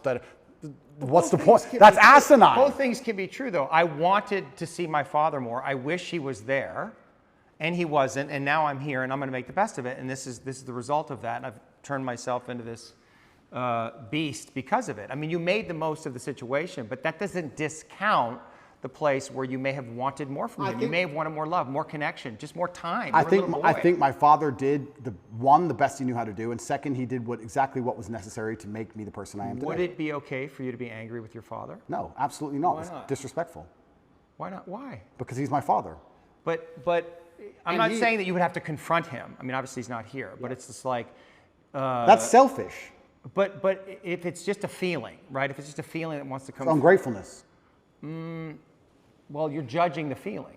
Yeah, I am. Yeah. For me to sit and say to the man who made me the man I am today, Yeah. who I, once again, never felt unloved by, who tried his very best to raise me, who sacrificed for me to exist, who gave me my last name, who bestowed upon me the honors and principles and morals I live by today, Yeah. for me to be angry at him because he was busy some days would be brutally ungrateful. No, I'm not allowed. No, I'm not allowed. I'm not allowed that feeling. It's ungrateful. I refuse to accept it. I refuse to feel it. I truly believe I had the best father on earth. I truly believe it.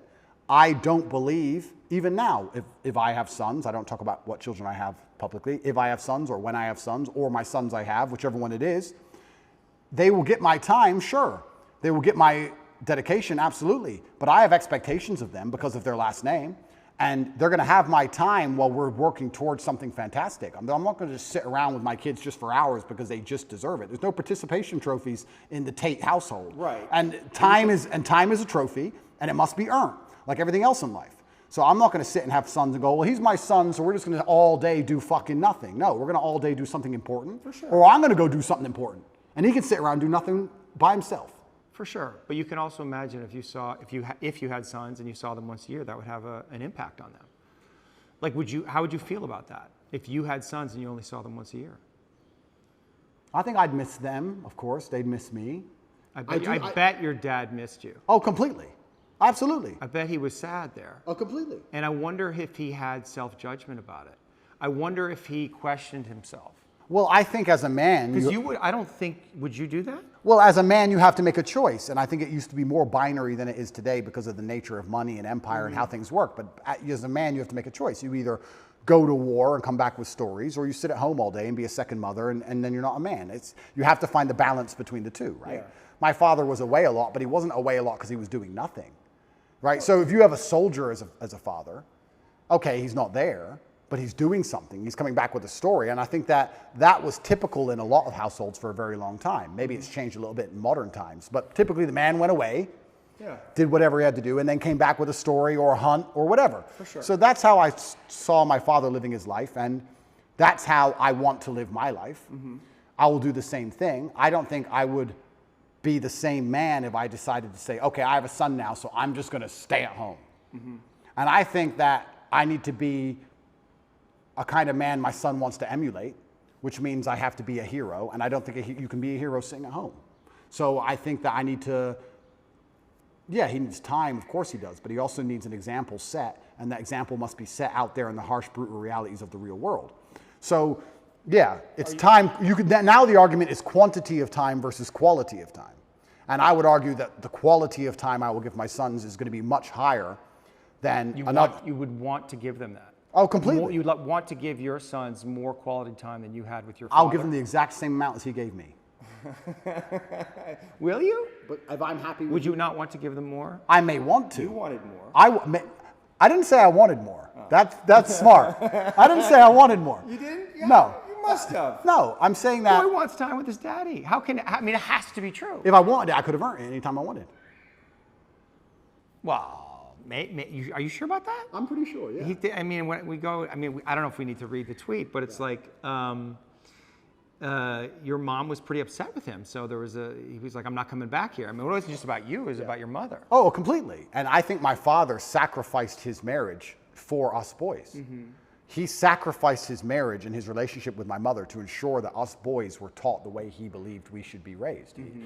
My mom was very unhappy with certain things he did, which he insisted on doing anyway because he saw his legacy in us as more important than his marriage with my mother. But I'm not saying, look, if my son calls me and says, I'm really upset, I need to talk to you, I'm not going to say, no, you can't talk to me. I'm not psycho, right? I understand all of these things. I'm just saying, obviously we're talking about a very general scenario. The general scenario is, I'm a man, I'm away at war, I come home with a story, or if I'm spending time with my son, I want us to be building him as an individual. I believe that the mother does a lot of the day-to-day keeping the child alive, changing diapers, feeding them, etc. And the man is the one who instills a lot of the mindset, and the man is the one who grows them in very important ways. And I think to do that, I need to be a man of genuine capability. And I would argue that the 2 hours a month or 2 hours a week or whatever I spent with my father, him being the man he was worth more than the 200 hours a month that most men spend with their fathers. That's why I am the man I am. Yeah. So there'll be some fathers who sit and say, I could never do that to my son. Well, what can you do? You can go do fucking basically nothing with your life, pay your taxes, come home, be bitched at by your wife, be quiet about it, and be with your son all the time. Sure, you win in quantity of time, but who you are as a man and what the lessons you can really teach, you lose in quality of time. So I believe my father was such a fantastic figure that it's the quality of his time that made up for the quantity. And the only way to do that is to go out in the world and be fantastic. And we can actually extrapolate this out to other things. Let's look at relationships, for example. I see men who spend every day with their woman. That's fantastic. That's fine.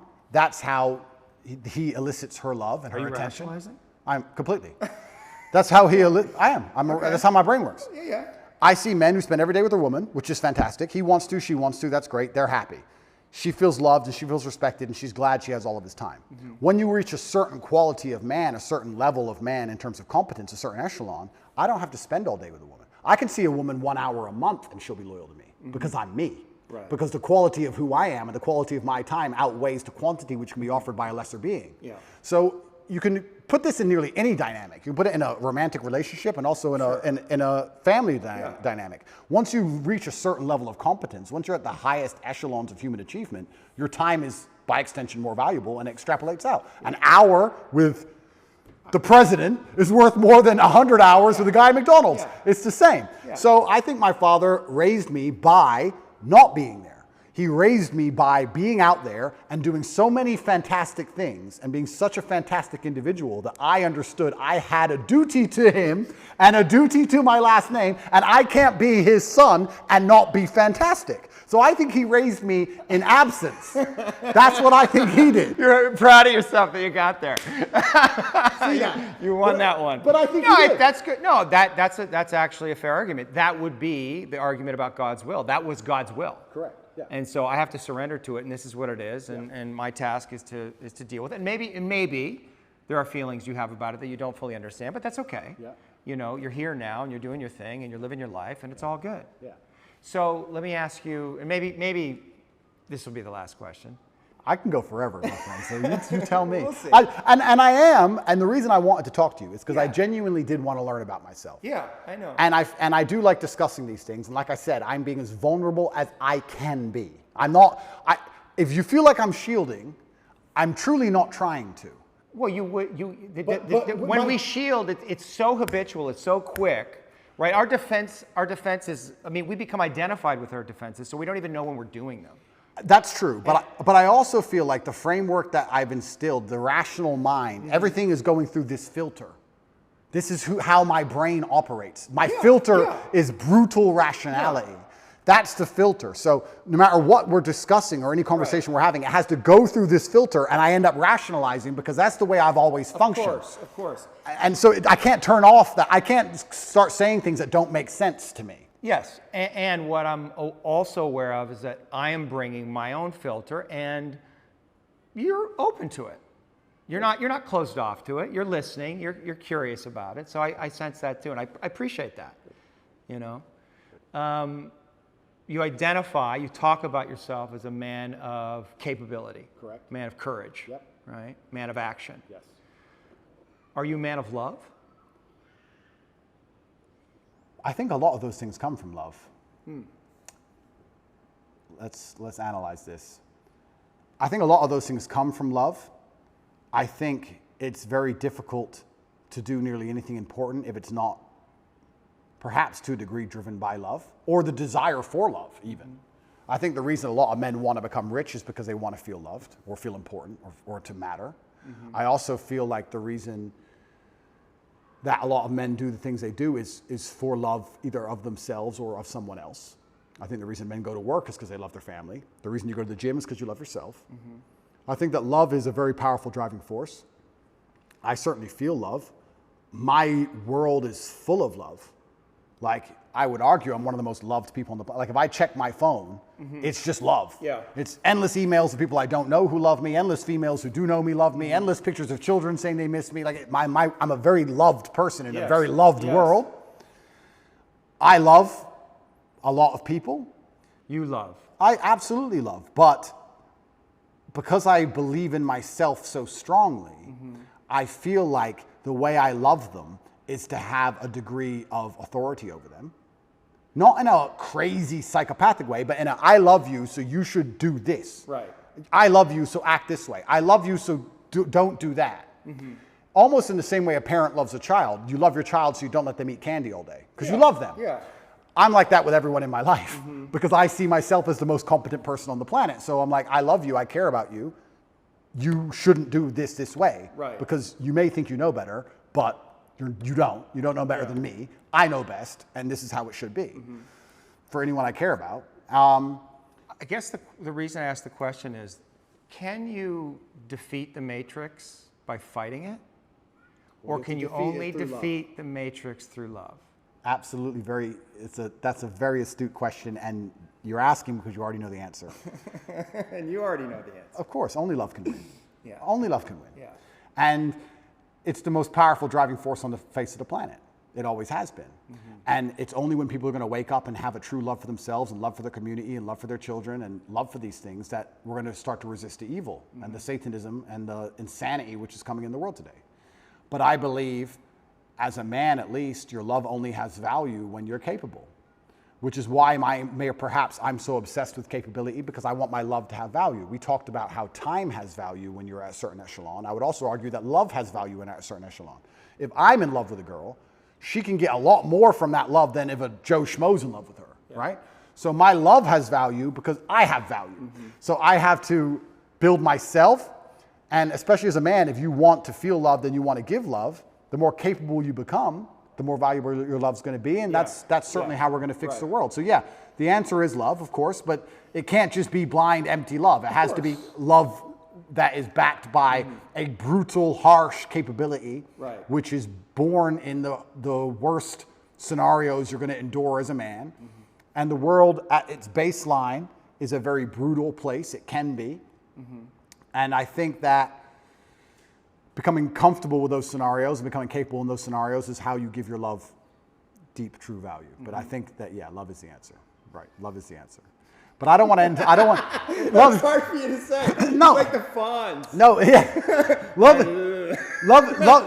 But we have to make this clear, because most people misunderstand what love is. I understand. No, because you say love is But the not answer. coming from you. I don't think they're going to misunderstand it coming from you. And I guess this is it. Like, maybe this is it. Maybe this is what people want more from you. Yeah. Right? They want your love. They want to feel your love. I see it. Yeah.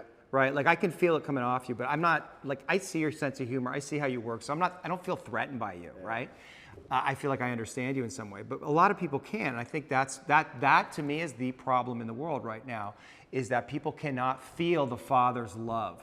I agree with you. And if they could feel that, and also the firmness, also the direction, all the things you're talking about, the discipline, but if they can't feel the Father's love, I mean, that's God's love coming through. And the Father is the embodiment of God on earth. If they can't feel that love, then we're going to have a lot of fucking problems. But that's super interesting, because they've hijacked the word love now, and they've confused the word love with tolerance and a complete lack of boundaries. And they're saying, if you're a loving person, you accept all this garbage. No, I disagree with that. You just said a very important thing. You said father's love.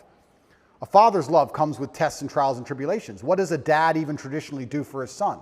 Take him out there, push him in the pool, let him struggle a bit, get him out. Put him on the bike, let him fall over, help him get up. You have to go through the bad things to be rewarded and the bad things to learn. That's how a father typically loves. And a father also loves by saying no. No, you cannot do that.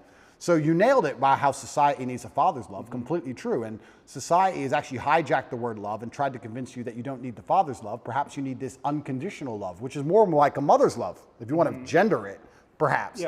So it's unconditional. You can act without honor, you can act without courage, you can act without discipline, and you'll be loved anyway just because you exist. I don't believe that for myself.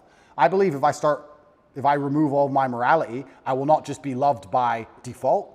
not by my family, not by God, not by society. I don't believe that. And the people who do believe that, who think I should be loved just for existing, regardless of how I act and what I think, those are some of the most evil people on the planet. I truly believe. And they're also some of the most unsuccessful and unspectacular. And they're the people who are out here genuinely trying to change society in a direction which has never been tested, which I believe is going to lead down to the depths of hell, truly. I think it's evil. So yeah, I agree with you. Father's love is important, but love in and of itself has boundaries. Love is strict. Love is hard. Yes, Love is a hard emotion. Fierce. Love is fierce. Love is not an emotion of, oh, do whatever you want. It's the opposite. Love is, no, you have to do this. I believe love is a very hard, very strong emotion. And if I think of how, let's say I have two women, one I love, one I don't love, and I enjoy both of their company, I'm harder on the one I love. I expect more from her in terms of how she acts. I expect more from her in terms of how she speaks to me. I expect more from her in how she presents herself to the world. The more I love her, the more I expect of her, the more parameters I want to put on her in regards to how she should behave, because I love her. Love is a hard emotion. So yeah, love wins, but not in the way that people think love. They've hijacked the word love and convinced people that love means, oh, I tolerate everything. Right. That's not love. I agree, and it goes back to this, what we were talking about with presence. I wonder, and I'm just having this thought now, that if we come all the way into presence, if we allow ourselves to be all the way here and feel everything that's here, that is actually the thing that we would feel, love. Like God, which is, you could say God is love. And maybe, that's the scariest thing. That's the edge. Because if we're fully surrendered to that, like we're in that flow state, that is the dissolution of the ego, a letting go of all the things that we have, and we have to be in that place. And so maybe that to me is like, you know, if you want to defeat the Matrix, right? Like if you want to become Neo, I think that's what it is. Interesting. And what I will do, and I will take away from this conversation, is I definitely have moments of presence. I mean, I'm human. I do have like a couple minutes where I sit and just look around and go, you know, life's not all that bad, of course. But I will perhaps try and dedicate a little bit more time. Maybe I can I'll see if I can allocate 3 minutes instead of 2 towards presence and see how that makes me feel overall. It's interesting that you said when you're present, you feel love. I actually completely agree with that. I can't think of a time I've been present and felt anything other than gratefulness. Just to look around and go, you know what? Yeah. Everything's fine. In fact, even in jail that happened. Even in jail, I had moments of presence, and I looked around and goes, this is not nearly as bad as like the media is saying it is, and the women on the phone are crying, and everyone's panicking. You know what? I'm not in a trench. I'm probably not going to get blown up. If a fire started, could I get through that steel door? If anyone could, it's me. I'm not on a submarine in World War II. There's no depth charges. I'm not in a car crash.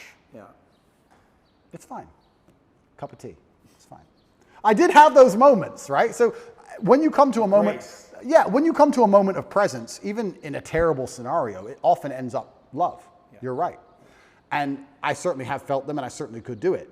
My rationale would be, my argument would be, does that make me more powerful? You're arguing it does, and maybe perhaps I need to try it. Whereas I would typically, up until this conversation, I would say, I don't have time for that. I have things to do. So that's where it all comes down to. And then it comes down to, like I said earlier, am I here as a human to enjoy my experience as a human and enjoy being in this vessel and have as much fun as possible and be as present as possible? Or am I here to make the biggest impact I can possibly make and build a legacy? And of course, probably like most things in life, the answer is somewhere in between the two. It's probably some balance. Perhaps I'm slightly out of balance, and that's why I am living the life I am. But I'm not unhappy with it. And if I was unhappy with it, it wouldn't change anything. But I actually do consider myself, I do genuinely consider myself one of, because I put no importance on emotion.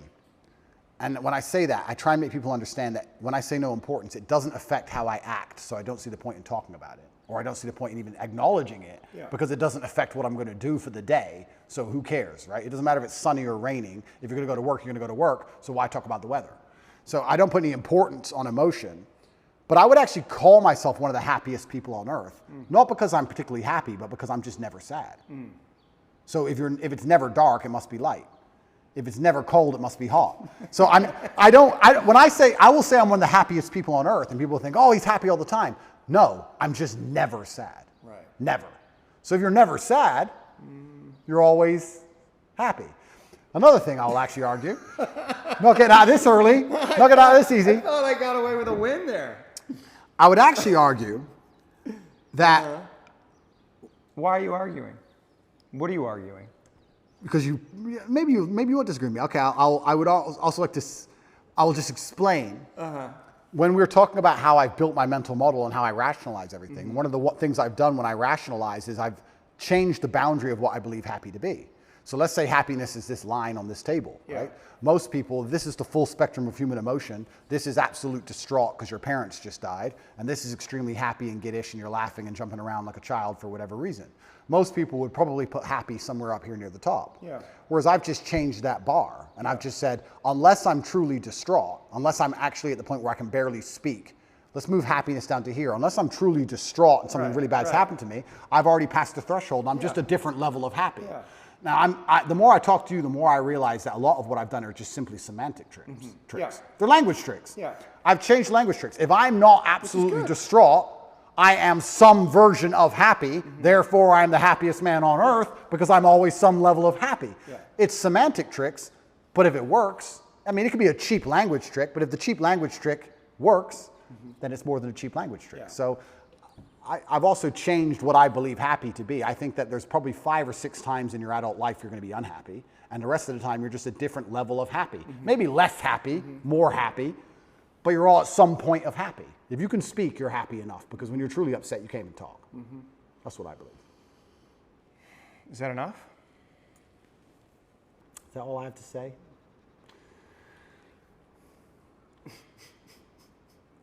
It's interesting, yeah, because So here, you want me to tell you what I noticed? Sure. It is hard for you to stay present, Yeah. right? Like you come present, and then you go to a thought, you go to an idea, and you talk, and it's very convincing, and it's very persuasive. Yeah. And you're asserting your worldview, your frame of reality, which, but like sometimes like I lose you there.